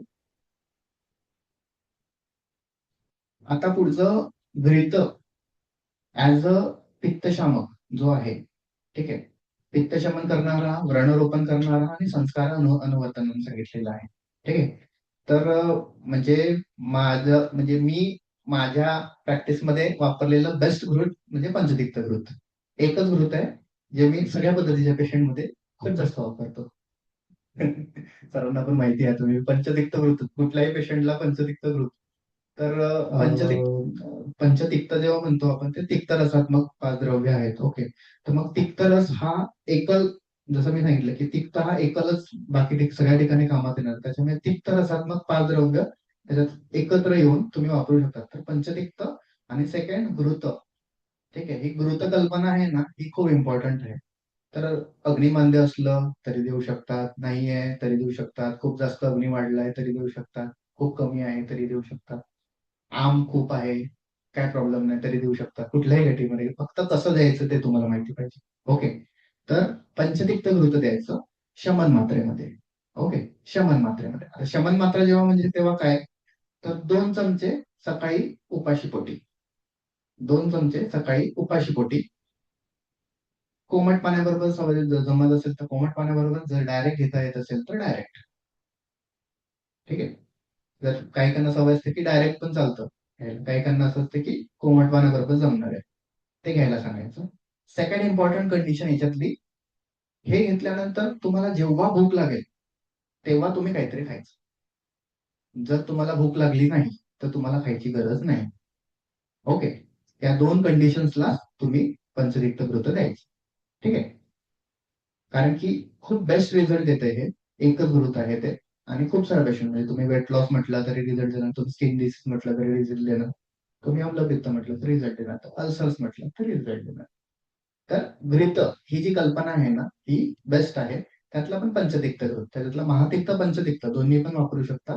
पण पंचतिक्त हे इझिली अवेलेबल आणि इझिली फॉर्म मेडिसिन मधलं एक आहे. ठीक आहे. दुसरं आपण पार्ट जे आहे ते अनुपान ह्याच्यातले. तर कुठले अनुपान बेस्ट आहेत जे तुम्ही वापरू शकता? पहिलं जे आहे ते दुग्ध. ठीक आहे, दुधाबरोबर औषधं द्यायची. ठीक आहे, दोन पद्धत असतात दुधाबरोबर औषध जरी द्यायचं असेल ना तुम्हाला. पहिलं जे आहे ते क्षीरपाक पद्धतीने, म्हणजे दुधात ते औषध टाकायचं, मिक्स करायचं आणि घ्यायला सांगायचं. ओके, तर एक क्षीरपाक पद्धतीने की ज्याच्यामध्ये दुधाला आटवतो, 2 कपचं एक कप करतो आणि मग ते घ्यायला सांगतो पेशंट. आणि दुसरं की दुधाबरोबर ऍक्च्युअल मध्ये फक्त घ्यायला सांगायचं औषध. ओके, तर दोन पद्धतीने देऊ शकतो. त्यातल्या त्यात जर त्याचं अग्नी मांद्य असेल, ठीक आहे, तर डायरेक्ट घ्यायला सांगायचं, म्हणजे दुधाबरोबर डायरेक्ट घ्यायला सांगायचं. सेकंड कंडिशन, अग्नी चांगलं आहे, पित्त भरपूर वाढलेलं आहे, अग्नी चांगलं आहे, पित्त भयानक भयानक वाढलेलं आहे, अशा कंडिशन मग तुम्ही शिरपाक द्या. ओके, तर शिरपाक अशा कंडिशनला तुम्ही शिरपाक देऊ शकता. ओके, ज्याच्यामध्ये धातुक्षय जास्त दिसते, आपण बघितलं की क्रॉनिक कॅटेगरीचे अल्सर्स आहेत, धातुक्षयवाले जे आहेत त्याच्यामध्ये तुम्ही शिरपाक देऊ शकता. ओके, सेकंड अनुपानामध्ये बेस्ट जे आहे शीतजल. शीतजल म्हणजे एकदम साधं नॉर्मल रूम टेम्परेचर वॉटर आहे ना, ते ह्याच्यामध्ये द्यायचं. थर्ड, अनुपान पण नाही म्हणू शकत त्याला, पथ्य पण म्हणू शकतो. पथ्य प्लस अनुपान दोन्ही, कोकोनट वॉटर. ठीक आहे, शहाळ्याचं पाणी. शहाळ्याच्या पाण्यामध्ये पण पेशंटला स्पेशली सांगायचं, ज्याला मलाई येते, हलकी मलाई येते, असे वाल्या शहाळ्याचं पाणी घ्या. ठीक आहे, एकदम फक्त पाणीवालं जे आहे असं नाही घ्यायचं, पाणीवालं आम्ल लागतं. ठीक आहे, त्याच्याने ऍसिडिटी वाढते. पण जे हलकी मलाईवाले असतात ते गोड असतात. ठीक आहे, ते चांगलं आहे अशा कॅटेगरीमध्ये. तर असेवाले जे आहेत म्हणजे मधुर रसात मग येणार. ओके, तर हे अनुपान म्हणून पण येणार आणि पथ्य म्हणून पण याच्यामध्ये इम्पॉर्टंट आहे. फोर्थ इम्पॉर्टंट गोष्ट आहे ज्याच्यामध्ये मेन्शन नाहीये, जे सांगतोय, गुलकंद. ओके, तर गुलकंद हे जे आहे ना, हे अशा पेशंटला खूप इम्पॉर्टंट पथ्यामध्ये जातं. पुढची गरजेची गोष्ट जी आहे की तुम्हाला कधीही अल्सर्स मध्ये मेडिसिन द्यायचे आहेत ना, तर जेवणापूर्वी त्या कंडिशन मध्ये द्यायची. ओके, जेवणापूर्वी. म्हणजे तुम्ही जर 4 औषधं देणार असाल तर त्यापैकी 2 औषधं जेवणापूर्वीच असायला पाहिजे. ओके, मग त्याच्यामध्ये स्थानभेदाने त्या गोष्टी थोड्या बदलू शकतात. ठीक आहे, म्हणजे जसं मी सांगितलं की डायफ्रामच्या वरती आहे की डायफ्रामच्या खालती आहे. ठीक आहे, जर समजा डायफ्रामच्या वरती आहे अशा पद्धतीचे आहे, तर मग तुम्ही त्या कंडिशन्सला जेवणापूर्वी वापरू शकता. किंवा सॉरी, डायफ्रामच्या वरती आहे तर जेवणानंतर द्यायचे, आणि डायफ्रामच्या जर खाली असतील तर ते जेवणापूर्वी वापरू शकतो. ठीक आहे, म्हणजे आपण जे म्हणतो अपाने काळे औषधी द्यायचे आहेत ना, त्या सगळ्या गोष्टी. ओके, अशा पद्धतीने त्याला जरा डिसाईड करून द्यायचं. नेक्स्ट, शोधन. ठीक आहे, आपण आता जरा शोधनकडे जाऊया की कुठले कुठले शोधन आणि का करायचे. तर शोधन कोणामध्ये करू शकतो? ज्यांच्यामध्ये रिकरंट अल्सर्स होतात त्यांच्यामध्ये. म्हणजे आता आमच्याकडे एक पेशंट होते की ज्यांना अल्सर्स आहेत, मुखपाक आहे ना, 2 महिने 3 महिने झाले की मुखपाक यायचं, 2 महिने 3 महिने झाले की मुखपाक. कंटिन्यू ते 8 8 9 9 वर्षापासून त्यांना हीच सायकल आहे. अशा कंडिशन आहे, त्यांनी खूप सारी औषधं घेतली, खूप साऱ्या गोष्टी केल्या, तर नाही होत. अशा कंडिशन्स मध्ये शोधन गरजेचं आहे.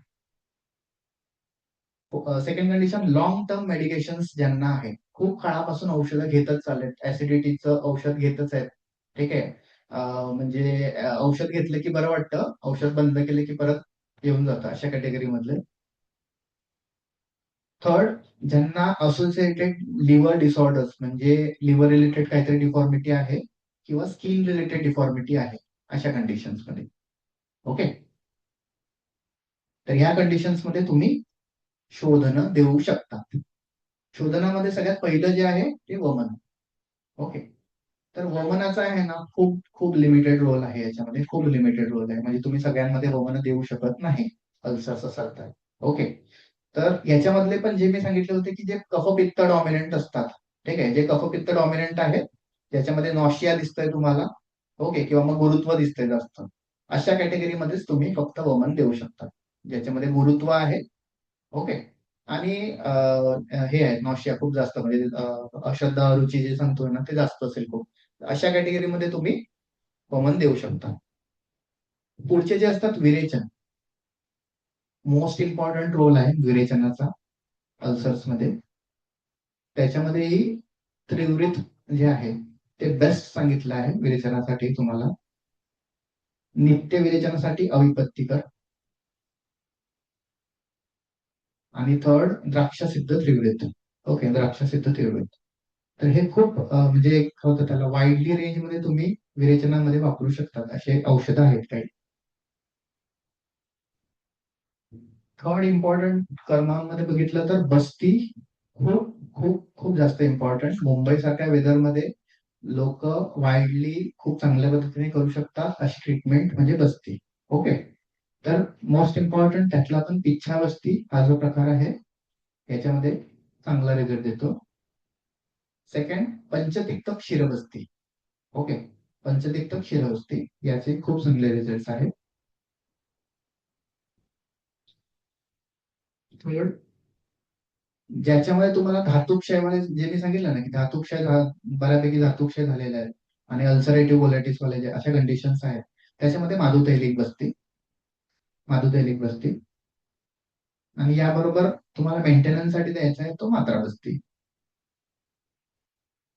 ओके, तर ह्या सगळ्यांचा रोल खूप जास्त इम्पॉर्टंट आहे जेव्हा आपण शोधन म्हणतोय ते. आता पुढचा जो पॉइंट आहे पथ्य. ठीक आहे, विभागीय पथ्यामध्ये जर बघितलं तर पेरिया आणि विलेपी हे पेशंटला म्हणजे मी माझी माझी पद्धत कशी आहे की मी पेशंटला पहिल्यांदा मेडिसिन देतो, कुठलं तरी कर्म करून घेतलं आणि कुठलाही कर्म केल्यानंतर संसर्ग क्रम देऊन टाकतो. ओके, 8 दिवस. मग त्यांना तो 8 दिवस कंपल्सरी कंपल्सरी लंघन आहे ना ते करायला सांगतो. मग पेया विलेपी वगैरे मग त्यांच्या त्यांच्या टेंडन्सीनुसार ते किती फॉलो करू शकतात त्याच्यानुसार ते पहिल्यांदा सांगताना 8 दिवसच सांगतो.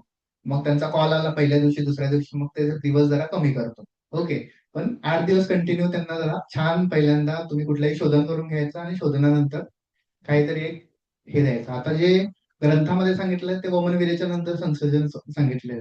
पण जर तुम्हाला आपल्याला माहिती आहे की आजकालचे पेशंट आपल्याकडे जे येणार आहे त्यांच्यामध्ये अपनिर्मिती आणि तो तुम्ही शोधन केल्यानंतर पण किती बरा होणार आहे याची हे नसतं, शाश्वती नसते. म्हणून मग तुम्ही त्यासाठी त्याबरोबर पेया विलेपी हे जे आहेत ना ते साईड बाय साईड त्यांना स्टार्ट करू शकता. ठीक आहे. सेकंड, गोदुग्ध जो आहे ते याच्यामध्ये चांगला रोल येतो. आपण जे बघितलं हेतूंमध्ये मिल्क अँड मिल्क प्रॉडक्ट्स होते आणि याच्यामध्ये पथ्यांमध्ये बघितलं तर गोदुग्ध आहे. तर गोदुग्ध जो आहे तो फक्त डेअरीचे जे आहे ना डेअरीमध्ये मिळतात ते भैया जो देतो तो दूध ते काय आपल्याला माहिती. तर असेवाले डेअरीचे चालणार आहेत, पण जे प्लास्टिक्सच्या कॅटेगरी मध्ये आहेत ना ते मिल्क अँड मिल्क प्रोडक्ट्स कुठलेच नाही चालणार. ओके, मूग डाळ. ठीक आहे, मूग डाळ आहे ती म्हणजे डाळींमध्ये कुठली तर मूग डाळ हीच एक वापरायला सांगायची अशा पेशंटला. आणि फळभाज्या खूप जास्त इम्पॉर्टंट आहेत. मग पेशंटला सांगताना स्ट्रिक्टली एकच गोष्ट, फळभाज्या जास्तीत जास्त खा. ठीक आहे, बाकी पालेभाज्या नको, कुठल्याच प्रकारच्या भाज्या नको, फक्त फळभाजी. त्याच्यामधलं पण आपल्याला माहिती आहे लौकी म्हणजे आपलं जे म्हणतो की दुधी भोपळा जे आहे ते, आणि तेंडली जे आहे अशा कॅटेगरी म्हणजे हे जे आहेत ना हे सगळ्या गोष्टी आहेत ते चालणार आहेत. ठीक आहे, आणि मी आधीच तुम्हाला पथ्यामध्ये सांगितले की कोकोनट वॉटर जे आहे ठीक आहे म्हणजे शहाळ्याचं पाणी हे पथ्यामध्ये बेस्ट आहे. आता विहारामध्ये जे पथ्य आहे म्हणजे विहारामध्ये तुम्हाला जे गोष्टी फॉलो करायच्या आहेत त्याच्यामध्ये कुठले, तर ऍडिक्वेट स्लीप, चांगली चांगली एकदम चांगली झोप झाली पाहिजे. जर असे पेशंट असतील की ज्यांची झोपच नाही होत आहेत आणि तुम्ही अल्सरसाठी ट्रीटमेंट देत आहेत पण त्यांचं जर जो निदान आहे तो नाही झाला तर मग ते सारखं सारखं होत राहणार आहे. जे शीतली प्राणायाम जे सांगतो ना आपण ते याच्यामध्ये चांगला रोल देतो. आणि स्ट्रेस रिडक्शन, त्यांचं जे स्ट्रेस रिलेटेड फॅक्टर्स आहेत ते जरा काउन्सिलिंग करून ते तुम्ही रिड्यूस केलं पाहिजे. आता अपथ्य जे तुम्हाला स्ट्रिक्टली स्ट्रिक्टली अवॉइड करायला सांगायचे, जसं मी सांगितलं की तुम्ही हळूहळू बंद करायचं आहे. ठीक आहे, लगेच नाही बंद करायचं. कॉफी, टी म्हणजे चहा आणि कॉफी या दोन इम्पॉर्टंट गोष्टी आहेत. स्पायसी आणि फ्राईड फ्राईड फूड. ठीक आहे, स्पायसी आणि fried food. Third, alcohol smoking. ठीक आहे, अल्कोहोल स्मोकिंग किंवा हॅबिच्युअल फॉर्म निकोटिन जे कॅटेगरी मधले जे गोष्टी येतात ना, त्या सगळ्या गोष्टी. Okay. Fourth, late night meals, खूप रात्री रात्री जेवण करायची सवय असते असे. आणि फिफ्थ, वेगावरोध, खूप जास्त वेगावरोध करायची सवय आहे तशी. तर हे फिफ्थ म्हणजे हे सायलेंट किलर्स आहेत ऍक्च्युली. हो, म्हणजे कळणार पण आहे, ते घेतात घेतात अचानक कळलं की व्यक्ती गेला. ओके, एवढ्यापर्यंत तो जाऊन पोचतो. म्हणजे ती काय होतं त्याला, संप्राप्ती एवढीपर्यंत घटित होते की साधक पित्त पण दूषित करतं आणि मग गेलं, म्हणजे मग काही राहतच नाही अशा पर्यंत जात. ओके, थोडं पुढे जाऊया आपण. केस स्टडीज बघूया ऍक्च्युअल मध्ये जे रिअल केस स्टडीज आहेत त्या. ओके. तर ह्या सगळ्या दिलेल्या आहेत आपल्या, म्हणजे पीपीटी मध्ये आहेत. मी तुम्हाला जस्ट एकदा सांगतो की माझा एक वसई ओपीडीचे पेशंट आहे. ड्रायव्हिंग करणारा 30 वर्षाचा मुलगा आहे, जो ड्राईव्ह करायचा 12 वर्षापासून ड्रायव्हिंगच व्यवसायामध्ये आहे. कंप्लेंट जेव्हा तो आला होता तेव्हा जे बोलतो ना की मलची फ्रिक्वेन्सी जी आहे ती सारखी सारखी खूप जास्त आहे. ठीक आहे, त्याच्यामध्ये पण स्टिकी असतं, दिवसातून 5 ते 6 वेळा जावं लागतं, अशी कॅटेगरी. दौर्बल्य, भयानक दौर्बल्य आहे. जेव्हा तो आला होता 2 जण पकडून घेऊन आले होते, अशा अशा पद्धतीने जो आला होता. सर्वांग शूल, शूल जो आहे तो सर्वांग म्हणजे कुठेही हात लावा ना अंगाला तर दुखतच आहे म्हणायचं, एवढं शूल होतं त्याला. तृष्णाधिक्य, खूप जास्त तृष्णा, अतिचिंता, क्षुधा, क्षुधा मांद्य, नंतर मग आदमान, आणि खूप क्रोध, भयानक. म्हणजे ज्यांनी पकडून घेऊन आले त्यांना सांगत होतं की मुझे इतने जोर से पकडा है इन्होंने मुझे. ठीक आहे, तर एवढं त्याला असं असह्य झालं होतं खूपच जास्त. सर्वांग दाह, सुप्ती, नंतर उदरशूल जे मी सांगितलं ऑलरेडी, आणि श्वासकष्टता, अगदी श्वास घ्यायला पण त्रास होतो एवढ्या पद्धतीचा तो हे झाला होता. ऍक्युट गॅस्ट्रिक अल्सर्सची केस होती ती ऍक्च्युअल मध्ये. हेतूमध्ये त्याचं सगळंच होतं, दही रोजच्या रोज, पापड रोज, चिप्स, मिरची, तूर डाळ, व्यसनामध्ये रोज गुटख्याचं एक पॉकेट कंपल्सरी. ठीक आहे, तर अशा पद्धतीचं होतं. नाडी बघितली तर पित्तप्रधान नाडी होती, साधारणतः पूर्ण पित्तप्रधानच होती.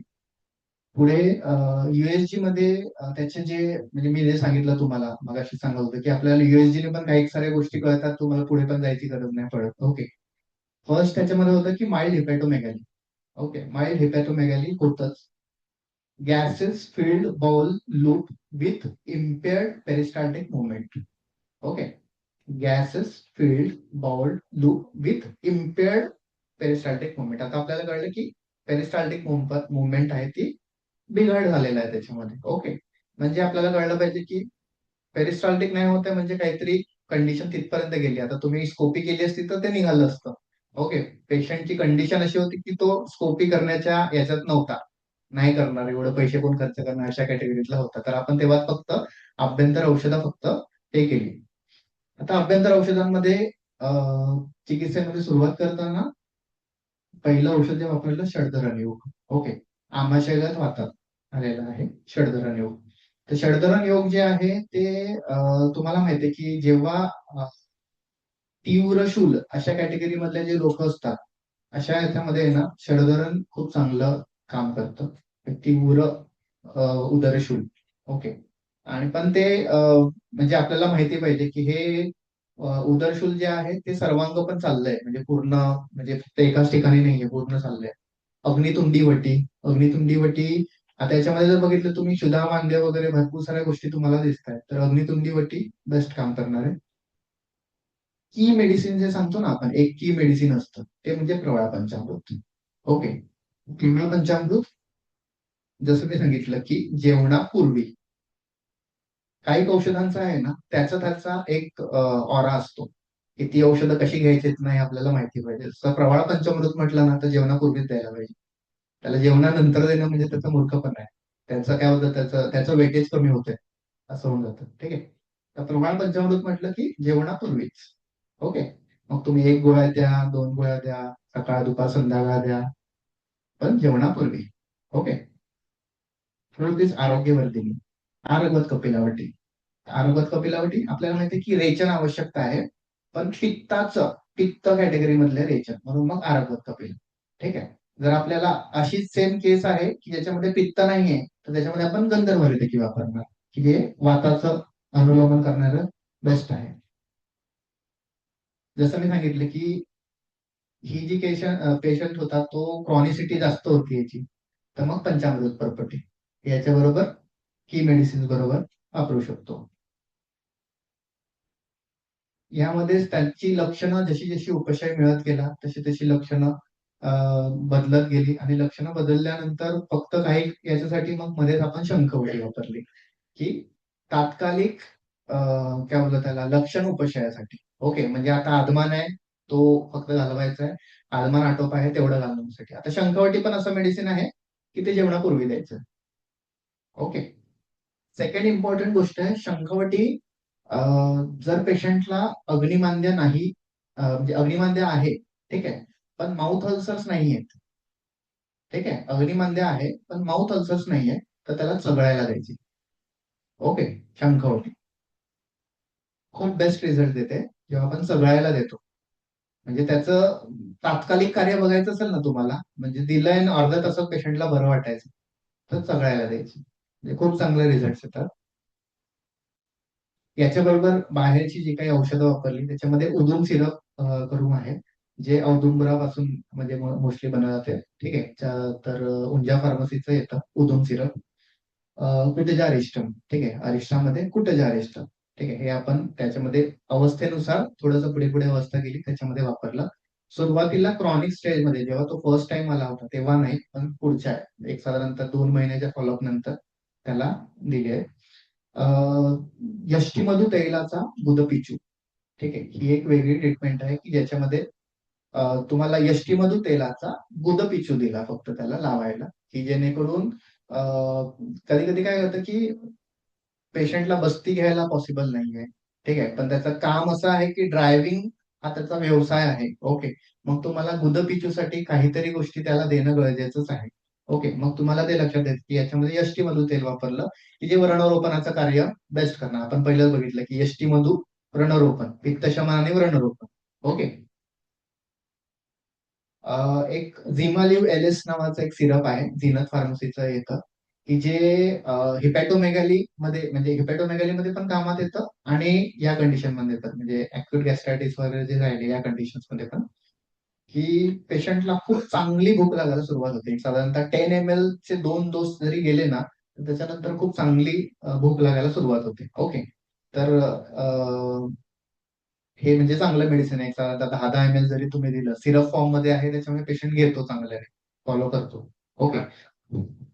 झिमालिव्ह, झिमालिव्ह एल एस करून आहे. झीनत झीनत फार्माचं करून येते, वसईचीच आहे कंपनी ते. तर ते वैद्यच आहेत, म्हणजे त्यांचे वडील आहेत ना ते वैद्य आहेत जे बनवतात औषधं. तर त्यांच्याकडून म्हणजे येतात औषधं वसईच्या याला. तर झिमालिव्ह एल एस करून आहे, खूप चांगले रिझल्ट असतात. तर ह्या पेशंटमध्ये आपल्याला विदिन 4 मंथ्स मध्ये कम्प्लीट पूर्ण उपशय मिळालाय, पूर्ण उपशय मिळालाय, औषधं बंद केले. ठीक आहे. तर अशी म्हणजे जर तुम्ही चिकित्सा बघितली तर म्हणून मी म्हणजे ओव्हरऑल काय काय औषधं वापरली ती सगळी सांगितली. ती स्टेजेस नुसार बदलत जातात. बघ आता तुम्हाला मी सांगितलं की ही लक्षणं आहेत ही औषधं दिली, तर त्याची काही व्हॅल्यू नाही राहणार. कारण की तुम्हाला कळलं की आत्ताच ही आहेत पण नंतर हे बदलू शकतात. म्हणून मग तुम्हाला ओव्हरऑल काय काय औषधं वापरता येतील. जर ऍक्यूट गॅस्ट्रायटिक कंडिशन तुम्हाला असं दिसत आहे, तर याच्यामध्ये ही औषधं बेस्ट आहेत जी तुम्ही वापरू शकता. ओके. दुसरी केस आपण बघत होती की जी इसोफेजियल अल्सर्स, ठीक आहे, इसोफेजियल अल्सर्सची आहे. 58 इयर फिमेल आहे, हाऊसवाईफ होते. त्यांना जसं मी सांगितलं की फर्स्ट मुखपाक क्रॉनिक खूप जास्त, की तोंडामध्ये कुठेही बघितलं तर 2-3 मुखपाक दरवेळेस असायचे. ओके. डिस्फॅजिया म्हणजे काहीही गिळायला, म्हणजे असं आपण तुमकी सांगितलं ना गिळायला तरी पण त्यांना तिकडे दुखायचं, एवढ्या पद्धतीचं डिस्फॅजिया होतं. कंटिन्यू ऍसिडिटी राहायची, जळजळ, मळमळ, अशीच लक्षणं सांगायला तेच सांगायचे की जळजळ होते, मळमळ होत राहते सारखी. पोटात कुठेतरी सारखं दुखत राहायचं. असं म्हणजे कुठे दुखतं सांगितलं तर ते नाही सांगायचं की कुठे दुखतंय, पण सारखं कुठेतरी दुखत राहतं पोटामध्ये, असं त्यांची हे होती. म्हणजे एका ठिकाणी काय बोलतो त्याला, फर्म नव्हती जागा की इकडे दुखतंय असं, पण डल पेन पोटामध्ये होतं. मल जे होतं स्टिकी, ज्याच्यामध्ये आपण जे म्हणतो ना की आव पडतो, जे आव पडण्याचं प्रमाण आहे अशी केस आहे ही ह्याच्यामध्ये. खाल्लेलं अन्न आहे ना ते अडकल्यासारखं वाटतं, असं त्यांचं वाक्य होतं की अडकल्यासारखं वाटतं काही खाल्लं तरी. अश्रद्धा, अरुची, अनन्नभिलाषा आणि क्लम ही कंटिन्यू त्यांच्याकडे, म्हणजे चेहरा जरी बघितला तर एकदम असं थकलेला असा, बोलायच्या वेळेस पण एकदम कष्टाने बोलायचे वगैरे, अशा कंडिशनचे केस होते. ओके. नाडी तीव्र रसदृष्टीची, खूप जास्त रसदृष्टी होती, भयानक. नंतर त्यांना प्रश्न विचारल्यावर कळले की खूप जास्त विचार करायची सवय, आणि खूप जास्त एखाद्या गोष्टीवर विचार केला की त्याच्यात सायकलमध्ये गुंतून राहायची सवय असते. ठीक आहे, तर हे तीव्र रसदृष्टीचे पेशंट असतात. हे पण सगळे अशा कॅटेगरीचे असतात. ओके, मग ही जी रसदृष्टी आहे ती बघायची एक्झॅक्ट कुठल्या ह्याच्यातली आहे ती. अं, पाचक पित्त विकृती हे पण या पेशंट्स मध्ये जास्त आढळते. पाचक पित्त विकृती यांची एंडोस्कोपी केली, म्हणजे यांनी माझ्याकडे येण्याच्या आधीच एंडोस्कोपी करून घेतली होती. ओके, तर एंडोस्कोपी मध्ये यांचं oesophageal mucosal erosions at mid and lower end of the stomach. Okay, नंतर मग इसोफेजियलला होतं हे. नंतर मग स्टमकला जे आहे ते फंडस आणि बॉडी शोज डिक्रीज म्युकोझल फोल्ड्स, आणि पायलरच आहे त्याच्यामध्ये माइल्ड अरिथमा होता, आणि हिस्टोपॅथ करायची काही गरज नाही पडली त्याच्यामध्ये, एवढंच फक्त हे सांगितलं. इम्प्रेशन पण त्याच्यात सांगितलं होतं की इसोफेजायटिस आहे ना, आणि रिफ्लक्स अट्रोपिक गॅस्ट्रायटिस अशी कंडिशन म्हणून ती केस आली होती. त्यांच्यामध्ये आपण ट्रीटमेंट स्टार्ट केली. हेतून बघितलं तर यांच्यामध्ये पण हेतू एकदम प्रॉमिनंट आणि एकच हेतू होता, मिरची खायची भयानक सवय होती. हिरवी मिरची खूप खूप खातात, म्हणजे अगोदरपासून सवय होती की हिरवी मिरचीच त्यांना लागते, कुठल्याही कंडिशन मध्ये तर्री लागते आणि हिरवी मिरची लागते. ओके, अशी खायची सवय आहे. आणि त्यांना तेच सांगितलं की पहिल्यांदा हे बंद करा, औषधं चालू करूया, आणि आपल्याला ओव्हर द पिरियड कसा कसा रिझल्ट मिळतो ते बघूया. ओके. औषधांमध्ये पहिलं की मेडिसिन जे लॉंग टर्म पर्यंत, म्हणजे तू 8-9 महिने 9 महिने वगैरे मी एकच औषध जे कंटिन्यू वापरलं, म्हणजे गुडुचि योग. ओके, गुडुचि योग करून आहे ते वापरलं. याच्याबरोबर कॉम्बिनेशन मध्ये भूनिंबादी योग. ओके, भूनिंबादी योग जो द्रणी अधिकारामध्ये, अम्लपित्त अधिकारामध्ये आलाय. भस्मांमध्ये प्रवाळ, शंख, कपर्दिक, मौक्तिक. ओके, की जे ह्या पेशंटमध्ये, म्हणजे अशा अशा याच्यामध्ये आहेत ना, खूप चांगले रिझल्ट देतात. ठीक आहे, शंख, प्रवाळ, कपर्दिक आणि मौक्तिक. जर आपण मी सांगितलं की तुम्हाला अल्सरचे पेशंट असले की एक कॉमन मेडिसिन जे तुम्हाला सांगता आलं पाहिजे आणि देता आलं पाहिजे ते म्हणजे प्रवाळ पंचामृत, जे याच्यामध्ये पण आहे. ओके, प्रवाळ पंचामृत. आता ही जी केस होती याच्यामध्ये वात प्राधान्य जास्त होतं, प्रकृती पण पेशंटची वाताची होती, त्याच्यामध्ये वापरताना गंधर्व रेखेची वापरली. ओके, आणि जे चूर्ण फॉर्म मध्ये वापरलं, स्पेशली देताना पेशंटला सांगितलं की तुम्ही हे तुपाबरोबरच घ्या. ओके, जर तुम्हाला चांगलं हे होईल, म्हणजे जे त्यांना अडकल्यासारखं वगैरे वाटतंय ना ते कमी होण्यासाठी. ठीक आहे. पुढचं जे आहे या पेशंटमध्ये सुवर्ण सुच्छेकर हे वापरलं. सुवर्ण सुच्छेकर खूप चांगला रोल देतो. सुवर्ण सुच्छेकर वापरताना पण एक गोष्ट, एक कंडिशन वापरायची, सुवर्ण सुच्छेकर उगाळून घ्यायला सांगायचं. उगाळून, ठीक आहे. एक गोळी रसायन काळी, एक तर तुम्ही पेशंटला सांगू शकता सकाळी 7 वाजता घ्या किंवा संध्याकाळी 7 वाजता घ्या. ओके.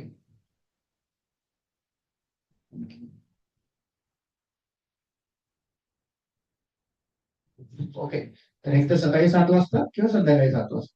सेकंड कंडिशन 3 वाजता घ्यायला सांगायचं. ठीक आहे, 3 वाजता, म्हणजे समजा 1ला जेवण करत असेल ना तर 3 वाजता, किंवा दुसरी 7 वाजता. आता 3 वाजता कधी, ज्यांचा, म्हणजे आपण जे म्हणतो ना की प्रथम अवस्था पाक संपत आलाय, द्वितीय अवस्था पाकामध्ये गेलेत, अशा कंडिशन मध्ये अम्ल, जो म्हणतो ना अम्ल अवस्था पाक, अशा अवस्था पाकामध्ये, म्हणून तुम्हाला 3 वाजता. ठीक आहे. आणि 7 वाजता जे अवस्थापात सगळं गेलेलं आहे, भूक लागायची वेळ आलेली आहे आता, अशी की जे पित्त एकदम चांगलं आता वाढणारच आहे, अशा कंडिशन मध्ये, म्हणून 7 वाजता रसायन काळी. ओके, त्याच 2 काळी देऊ शकतो. त्याच्यामध्येही पेशंटचं जर शिरशूल असेल ना खूप जास्त, तर त्याला 7 वाजता द्यायचं नाही, मग त्याला 3च वाजता द्यायचं.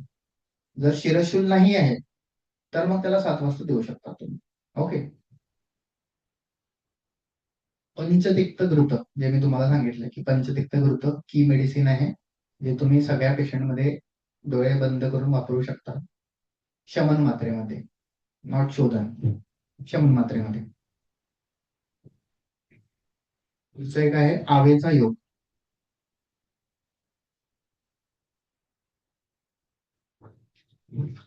आवेचा योग जो आहे मेडिसिन, ह्याचे पण रिझल्ट खूप चांगले आहेत. आता जसं मी सांगितलं की आव पडते असं जर तुम्हाला जाणवलंय, पेशंट्स असे आहेत की ज्याच्यामध्ये आव पडते आहे, ओके, म्हणजे समजा आव पडते आहे, पण ती लॉंग टर्म पासून अगोदर पासून तुम्हाला म्हणजे 1 वर्ष झालंय आणि तशीच कंडिशन आहे, तशामध्ये आवेचा योग जो आहे तो चांगला आहे तिथे. तर सोनामुखी एकेरी द्रव्यामध्ये सोनामुखी आहे ते, निशोत्तर. निशोत्तर जर आपण अविपत्तिकर मध्ये बघितलं तर निशोत्तरच आहे, ओके, पण इंडिव्हिज्युअल पण फक्त निशोत्तर वापरू शकता. मुस्तादी पाचक योग आहे, ठीक आहे, वैशिष्ट्य रत्नावली मधला.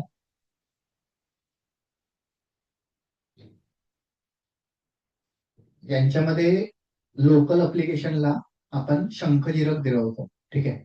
शंखजिरक तुपामध्ये मिक्स करून स्टोमॅट मुखपाक जे येतात ना त्याला लावण्यासाठी, तर खूप चांगले रिझल्ट येतात शंखजिरकाने. शंखजिरक हेच आहे आपलं चूर्णच आहे, शंखजिरक नाव आहे, समुद्रच येतं. पाठादमाचा, ठीक आहे, पाठादमाचा योग आहे जो अर्शामध्ये सांगितलेला आहे, पाठादमाचा, तो वापरू शकता. आणि लघुसूतशेखर,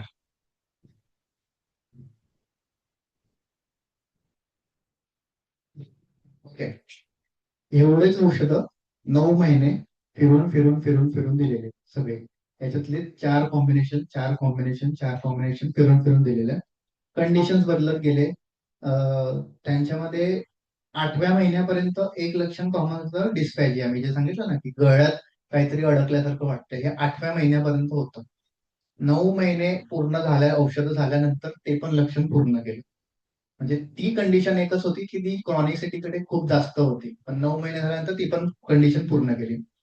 त्याच्यानंतर पेशंटला मी कन्व्हिन्स केलं की ओजिडोस्कोपी परत एकदा करून घेऊया आपण, लक्षात येईल आपल्याला काय रिझल्ट आल्या वगैरे. नेक्स्ट स्लाइड मध्ये आपण त्याचं सांगितलंय की बिफोर आफ्टर शो केले ऑलरेडी, की क्रॉनिक डिस्पॅजिया वगैरे जी होती कंडिशन ती पूर्णच्या पूर्ण त्यांची रिकवर झाली होती. इसोफेजायटिस जी कंडिशन होती ती इसोफेजायटिस पूर्ण रिकवर झाली, इसोफेजायटिस पूर्ण बरं झाला. आता फक्त पेशंटला औषधं चालू आहेत अट्रोपिक गॅस्ट्रायटिस साठी, ठीक आहे, ऍट्रोपिक गॅस्ट्रायटिस. ते पण पेशंटला आम्ही सांगितलं आहे की ऍट्रोपिक आहे ऑलरेडी, तर ती नीट नाही होऊ शकत, आपण फक्त मेंटेनन्स साठी औषधं देतोय, ठीक आहे. ते नीट नाही होऊ शकत कारण की ऑलरेडी ऍट्रोपी झालेली असते काही गोष्टी, त्याच्यामध्ये तुम्ही काय परत नीट करणार, अशी कंडिशन येऊन जाते.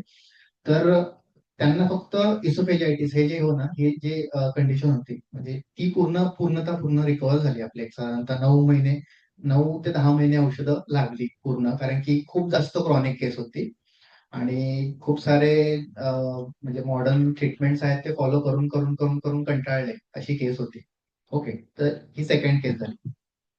थर्ड केस आहे की टर्मिनल इलियम अल्सर्स, ठीक आहे. आता हा खूप रेअर अल्सर आहे, टर्मिनल टर्मिनम इलियम अल्सर, ओके. माझी अंधेरीच्या इकडच्याच क्लिनिकची केस आहे, टर्मिनल इलियम अल्सर, ठीक आहे. तर 32 इयर्स मेल पेशंट, ड्रायव्हर आहे, ड्रायव्हिंगचं काम करतो, लोखंडवालामध्ये इकडेच ड्रायव्हिंगचं काम करतो. आणि जेव्हा तो आला होता फर्स्ट टाइम, एवढं जास्त गॅस फॉर्मेशन त्याचं, म्हणजे तो सांगायचा आणि तो म्हणत पण होता की बहुत गॅस गॅस जैसा लग रहा है, गॅस जैसा लग रहा है ऐसा. काहीही खाल्लं तरी गॅस होत होता, काहीही खाल्लं तरी, म्हणजे काहीही, म्हणजे अगदी काहीही, असं राईस जरी खाल्ला, भात, कोरडा भात जरी खाल्ला तरी गॅसेस व्हायचे, तेवढ्या पद्धतीचं गॅस फॉर्मेशन व्हायचं. आणि एक वाक्य जो त्याचं फर्स्ट मंथ पासून जेव्हापासून आला तेव्हापासून तो नेहमी सांगायचा कि यहाँ पे कुछ तो जख्म हुआ है ऐसा लगता है, अंदर से कुछ तो जख्म हुआ है, अंदर से कुछ तो ऐसे खोद रहा है ऐसे लगता है, ठीक आहे. ही प्रॉमिनंट त्याची बोलण्याची भाषा होती. म्हणजे काय तर आतमध्ये पूर्ण असं म्हणजे काय बोलतात त्याला, एक व्रणनिर्मिती झाली आणि त्या व्रणामुळे असं पूर्ण खेचल्यासारखं होते, अशा पद्धतीचे त्याला लक्षणं दिसत होते. ठीक आहे. त्याच्यामुळे अल्सर्स फॉर्मेशन स्टमक मध्ये, ऍसिडिटी होती, रोल्लास होती.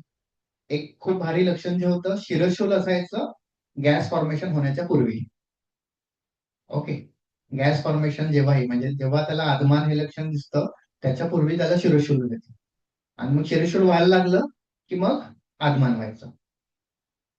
आगमन झालं की पुढचं लक्षण व्हायचं की आगमन झालं ना की आता पुढे डोळ्यांमध्ये त्याला म्हणजे टीअर्स इन आईज हे लक्षण दिसायचं, म्हणजे डोळ्यातून पाणी पाणी यायला सुरुवात व्हायची डायरेक्ट. ओके. तर हे लक्षण असायचं. सर्वांगशूल हे लक्षण पण याच्यामध्ये कॉमन आहे. ओके. सर्वांग स्तब्धता, जड पूर्ण अंग असं एकदम काय बोलतात त्याला त्याला असं काठीसारखं असं सरळ झाल्यासारखं वाटायचं पूर्ण अंग. ओके, एवढं त्याला असं स्तब्धता असायची. उदरशूल हे लक्षण कॉमन आहे. याचे तर सगळ्या टेस्ट म्हणजे हा मुंबईमधल्या खूप मोठ्या हॉस्पिटलमधून जाऊन आलेला पेशंट आहे. तिकडच्या एंडोक्रायनॉलॉजिस्टने आणि सगळ्यांनीच त्याला सगळ्याच पद्धतीचं डायग्नोसिस करून झालं होतं. एकाने म्हटलं HIV आहे, एकाने म्हटलं HBsG काय होतं त्याला हेपॅटायटिस बी पॉझिटिव्ह आहे.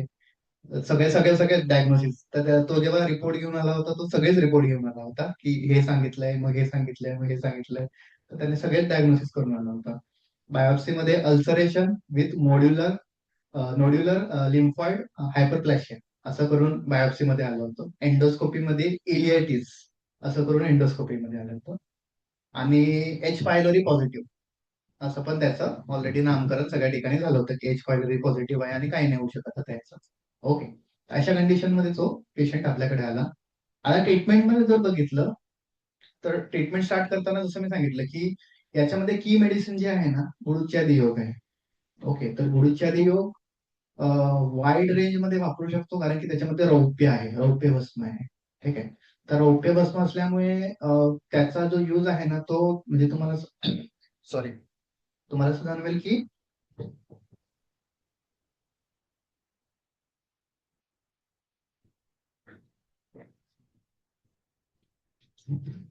सॉरी तर ह्या केसेसमध्ये आहेत ना गुळूची जी आहे ते गुळूची खूप मेन घटक येतं, आणि रौप्य आहे हा त्याच्या फॉर्मेशन मध्ये असलं की इन्स्टंट पित्तशमनाचं कार्य आहे ना हे याच्याद्वारे होतं.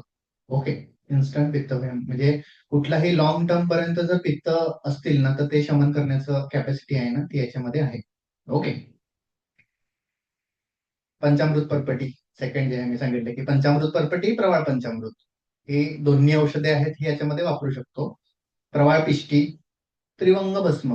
ओके. त्रिवंग भस्म हे एक वेगळं जे आहे ज्याच्यामध्ये हे लक्षण आहे ना की आदमान आहे, आदमान नंतर शिरशूल आहे, आणि आगमनापूर्वी शिरशूल आहे, आणि आगमनानंतर हे आहेत काय बोलतात त्याला अश्रू. ठीक आहे. म्हणजे मग ही जी आहे ना एकानंतर दुसऱ्या याची शृंखला आहे ना ती लागत असते. अशामध्ये त्रिवंग चांगलं काम करतं का? कारण की अशा कंडिशन्स मध्ये त्याला ग्रहणी म्हणजे ग्रहणीपर्यंत स्थित ठेवायचं, त्याच्या पुढे जाऊ न द्यायचं. हे जे काम आहे ना हे त्रिवंग चांगलं करतं. म्हणून त्रिवंग भस्म चांगलं की मेडिसिन्स आहे. शंखवटी जसं अनुलोमन करायचं आहे आपल्याला, वरती जाऊच नाही द्यायचं, म्हणजे जेवढं आपण अनुलोमन करू ना तेवढं चांगलं.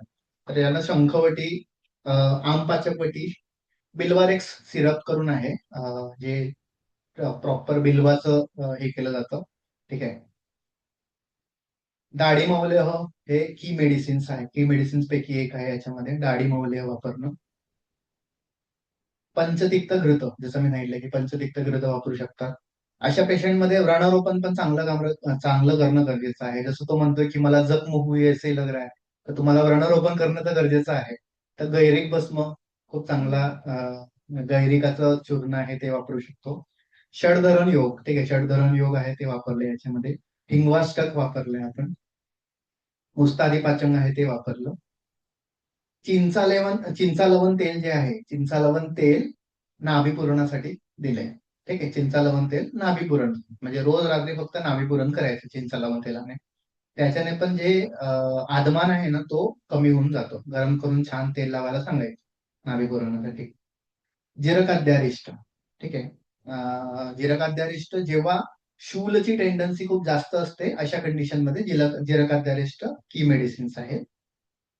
पुनर्नवा मंडूर, ठीक आहे. मंडूरमध्ये पुनर्नवा मंडूर. आता जे मंडूर कॅटेगरी मधले जे असतात ना, अशामध्ये रक्तदृष्टी ज्याच्यामध्ये जास्त असते, अशा कंडिशन मध्ये मंडूरची कल्प आहेत ना, ते खूप चांगले रोल देतात. आणि व्रणरोपण जिकडे करायचं आहे ना, तिकडे मंडूर सारखं व्रणरोपण म्हणजे बेस्ट आहे, एकदम बेस्ट व्रणरोपणामध्ये येतो.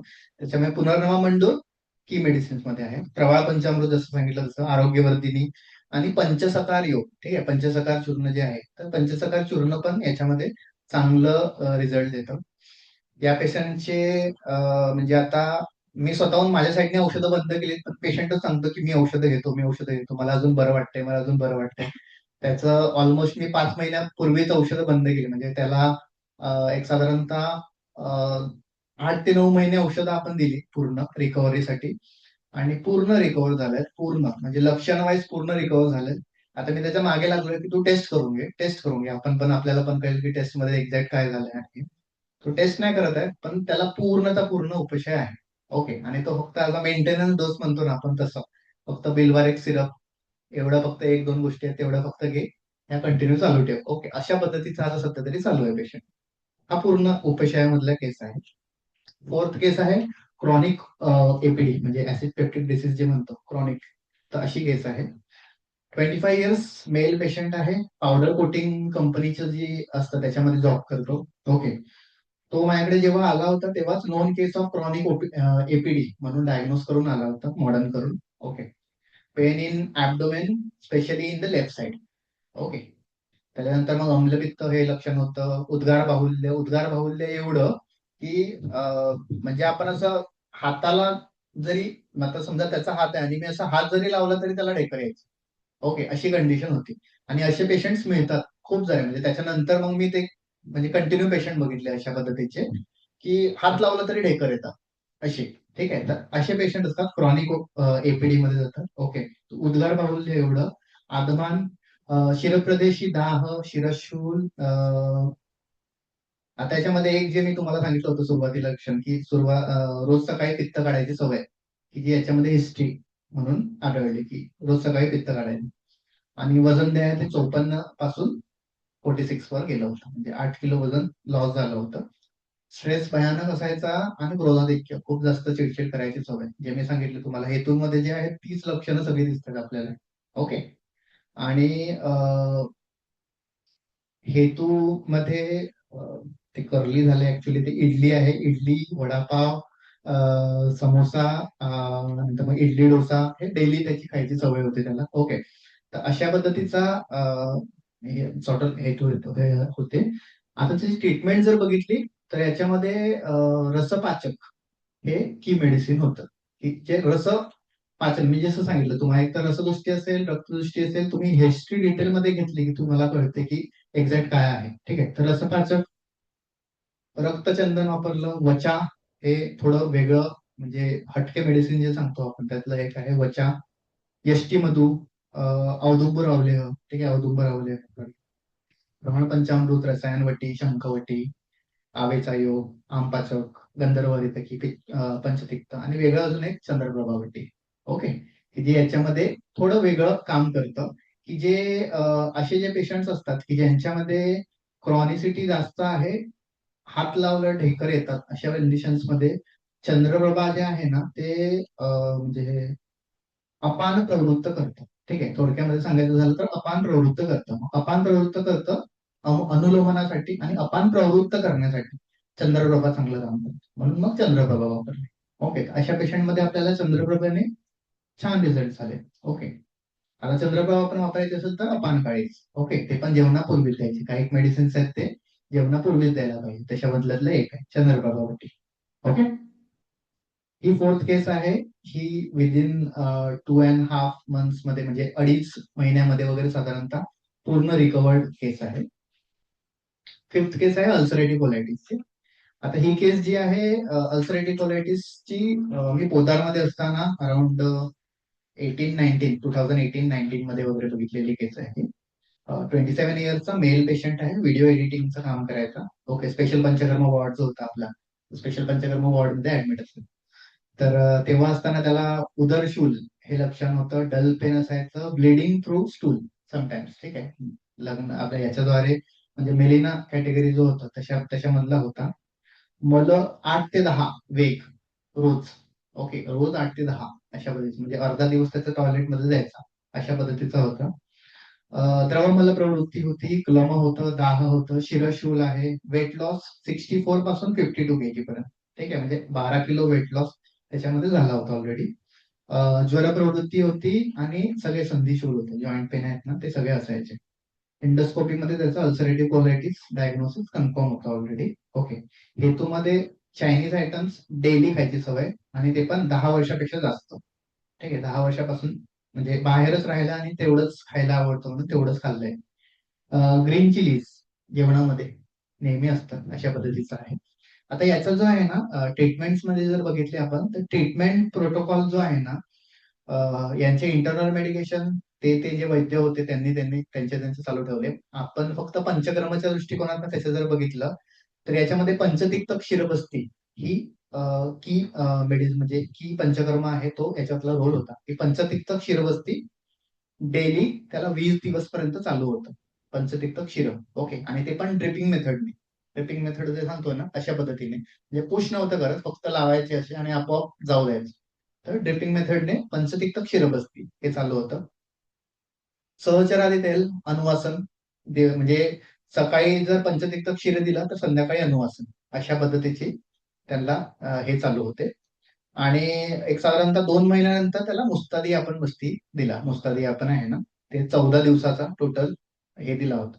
युक्तरत बस्ती म्हणतो आपण, मुस्तादी आपण म्हणतो, की जे तुमचं शरीराचं बल आहे ना ते वाढवतं, धातुक्षय आहे ते भरून काढतं. और मग अशा केसेसमध्ये मुस्तादी आपण आणि युक्तरत बस्ती आहे ते, जे वजन जे ज्यांचं लॉस झालं असतं ना, म्हणजे अशा जे 10-12 किलो वेट लॉस झालं, त्यांचं वेट पहिल्यांदा स्टेबल करण्यासाठी आणि मग भरून काढण्यासाठी, दोन्हीसाठी आहेत ना, मुस्तादी आपण किंवा युक्तरत बस्ती कुठलेही देऊ शकतात. म्हणजे पंचतिक्त पंचक्षीर बस्ती किंवा पंचतिक्त पंचप्रासूतिक बस्ती, जे आपण कॅटेगरी मधले जे काय असतात, तर त्या माधुदैलिक बस्ती ह्या सगळ्या देऊ शकतात. ओके. ही केस पण पूर्णतः म्हणजे साधारणतः म्हणजे ही मी ट्रीट नाही केली, तिकडच्या यांनी ट्रीट केली. मी फक्त पंचकर्माची ट्रीटमेंट जे आहे ते देत होतो याच्या केसमध्ये. पण ती पण एक साधारणतः 6 ते 8 महिन्यामध्ये पूर्ण रिकवर झालेली केस आहे. ओके. उद्धारमध्ये असताना अल्सरेटिव्ह कोलायटिसची. तर खूप चांगले रिझल्ट असतात जेव्हा तुम्ही अशा मेडिसिन्स आहेत त्या लॉंग टर्म पर्यंत चालू ठेवता. ओके. आता शेवटची स्लाइड आहे की कुठले मिस्टेक्स तुम्ही जनरली नाही करायला पाहिजे ऍज अ वैद्य किंवा ऍज अ तुम्ही ट्रीटमेंट स्टार्ट करता तेव्हा. तर तिक्त कषाय रस खूप जास्त वापरायला नाही पाहिजे अशा कंडिशन, म्हणजे फक्त तिक्त कषाय वापरला याच्यानेच रिझल्ट येईल. अग्नीचा विचार नेहमी करायचा. अग्नीला जर तुम्ही इग्नोर केलं तर मग ते तुम्हाला काही रिझल्ट देणार नाही. त्याच्यामुळे अग्नीचा विचार करूनच जी काही औषधं देणार ती द्यायची. अरिष्ट वापरायचे असेल, आसव वापरायची असतील, तर त्याला पाण्यामध्ये टाकूनच कंपल्सरी घ्यायला सांगायचं. खूप सारे पेशंट असंच घेतात, लावतात, मग पाणी पितात, मग त्यांना भयानक त्रास वाढवतो. म्हणजे ते बोलतात की हे घेतल्यानंतर वाढलं, मग आयुर्वेदिक मेडिसिन लिया और हमारा बढ़ गया सब कुछ ऐसे बोलतो. ठीक आहे. तर मग तुम्हाला कळलं पाहिजे की एक्झॅक्ट काय आहे, कंडिशन कुठली आहे.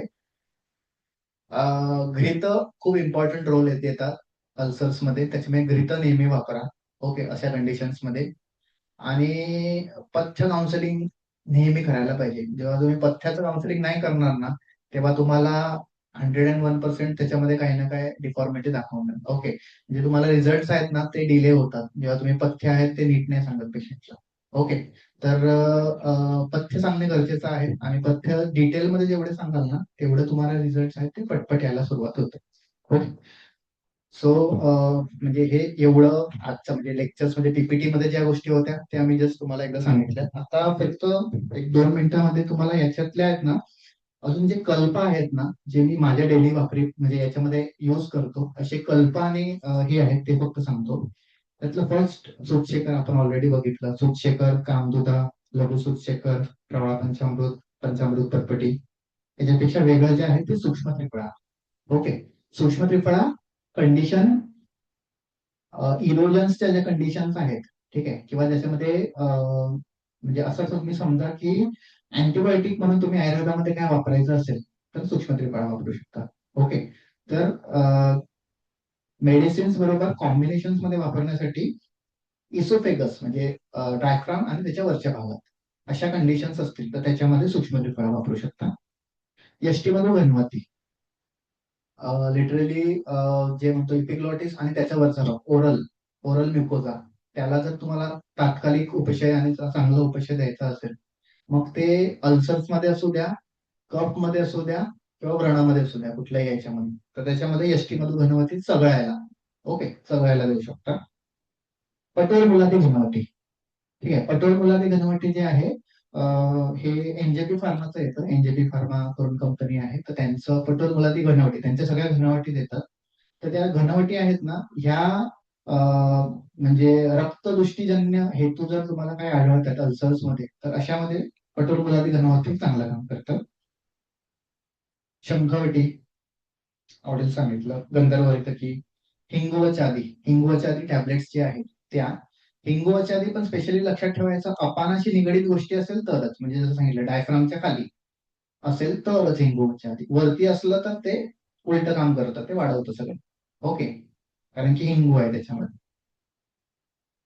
अर्ध कपिलवटी जसं सांगितलं. एक अग्नितुंडी वटी जे आहे, एक केळकी आहे, चित्रकादी वटी. अग्नितुंडी वटी, चित्रकादी वटी ह्या दोन्ही वटी अशा आहेत की ह्या पित्तच प्रकृती असेल, पित्तज व्याधी असेल, पित्तज ऋतू असेल तर नाही वापरायचं, ओके. हे सोडून बाकी कफवातच असेल त्या कंडिशन मध्ये वापरू शकतात. ताप्यातील लोह, जसं मंडोरसाचं कार्य आहे ना तसंच ताप्यातील लोहाचं कार्य आहे. कुठंच वाटी, जसं मला फ्रिक्वेन्सी जर जास्त असेल ती तुम्हाला मेंटेन करायची आहे तर कुठंच वाटी. बोनबद्ध रस हा खूप की मेडिसिन आहे, ज्याच्यामध्ये रक्त म्हणजे मेलिनासारखी जी कंडिशन्स आहेत ना, ज्याच्यामध्ये स्टूल आहे त्याच्यामध्ये ब्लड हे होत आहे, तर अशा कंडिशन्स मध्ये बोनबद्ध रस खूप चांगला रिझल्ट देतात. महामंजिष्ठादी घनावटी, महामंजिष्ठादी घनावटी हे पण रक्त दुष्टीकर जे हेतू आहे त्याच्यामध्ये चांगलं काम करतं. आणि गुळची घनावटी, ओके. याच्याबरोबर जे वेगळी काही औषध आहे त्याच्यामध्ये अमृतादी गुळ, त्रिफळा गुळ, आरोग्यवर्धीने ऑलरेडी सांगितलं. ग्रहणी कपाट रस हे आहे ना, हे एक ही मेडिसिन आहे. आज आपण जे बघितलंय ना ते फक्त अल्सर्स रिलेटेड बघितलंय आपण. आयबीएस, ग्रहणी हे जे आहे ना हा पूर्ण एक वेगळा टॉपिक होतो, त्याच्यामुळे त्याच्याबद्दल काहीच बोलत नाही. पण ग्रहणी कपाट रस हा इम्पॉर्टंट हे आहे की जे तुम्ही वापरू शकता या कंडिशन्स मध्ये. वासकादी वटी, जेव्हा रक्तदृष्टी रिलेटेड हेतू आहे अशा कंडिशन झाल्या जातात तेव्हा वासकादी वटी. आम पाचक, संजीवनी वटी, लोकनाथ रस आणि नवायास लोह, हे दोन इम्पॉर्टंट आहेत. लोकनाथ रस आणि नवायास लोह. लोकनाथ रस आणि नवायास लोह ही दोन्ही आहेत हे जेव्हा यकृताशी संबंधित विकार आहेत ते आपल्याला अल्सर्स बरोबर आढळतात, म्हणजे अल्सर्स विथ यकृताशी संबंधित विकार, म्हणजे अगदी गॉल ब्लॉडर, जिबी स्टोन्स असू द्या किंवा अशा कॅटेगरीमध्ये आहे, तर अशामध्ये आपल्याला हे चांगला रिझल्ट येतं. पुनर्नवा मंडूर ऑलरेडी सांगितलं तुम्हाला. तसं आता योग मध्ये बघितलं तर गुरुच्यादी योग, दोन्हीबादी, षडधरण, पंचसकार, भारंग्यादी योग करून आहे जो सहस्त्र योगामध्ये आहे, सहस्त्र योगामध्ये सांगितलंय. तर भारंग्यादी योग खूप चांगला रिझल्ट येतो याच्यामध्ये. तात्कालिक उपशय जे आहेत अशा कॅटेगरीमध्ये. पित्तग्रहणी योग आहे, लघुमंजिष्ठादी योग, लघुमंजिष्ठादी काढा जो आहे तो.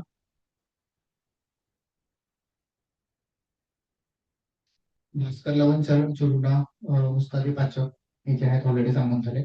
आता जे भस्म आहे शेवटचं जे आहे भस्म, तर भस्म कॅटेगरीमध्ये शंख, प्रवाळ, मौक्तिक, शौक्तिक, कपर्दिक हे आपल्याला माहित आहेत की हे सामुद्रज आहेत आणि हे बेस्ट आहेत. तुम्ही हे वापरू शकता कुठल्याही याच्यामध्ये. कॉम्बिनेशन मध्ये हे सहसा वापरायचे की जेव्हा तुम्हाला लॉंग टर्म पर्यंत कॉम्बिनेशन द्यायचे आहेत ना त्याच्यामध्ये तुम्ही हे वापरू शकता गुंजा मात्रेमध्ये. मयूर पिच्छा हे एक की आहे की जे रक्तदृष्टी आहे आणि ऊर्ध्वक प्रवृत्ती होते सारखी, ऊर्ध्वक प्रवृत्ती, ऊर्ध्वक प्रवृत्ती, काही खाल्लं तरी वरती वरती वरती वरती येते, याच्यामध्ये मयूर पिच्छामशी, ठीक आहे. मयूर पिच्छामशी चांगलं रिझल्ट येतं. गैरिक जसं सांगितले की रक्तदृष्टी आहे, व्रणरोपणाचं कार्य. कासीज भस्म, ठीक आहे, कासीज भस्म एक चांगलं आहे, रक्तदृष्टी आहे आणि अपानाचे निगडीत कार्य आहे, तर अशामध्ये कासीज भस्म.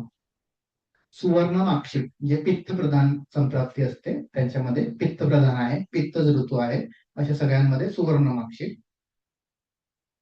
रौप्य भस्म जे रौप्य जे आहे, मी ऑलरेडी सांगितले की रौप्य गुरुचे योग जे आहे त्याच्यामध्ये बिक्की मेडिसिन्स आहेत. शृंग भस्म आणि सुवर्ण सुच्छेकर, ठीक आहे. तर सुवर्ण सुच्छेकर जे आहे ते अशा पेशंट्स मध्ये आहे ना चांगला रिझल्ट येतो.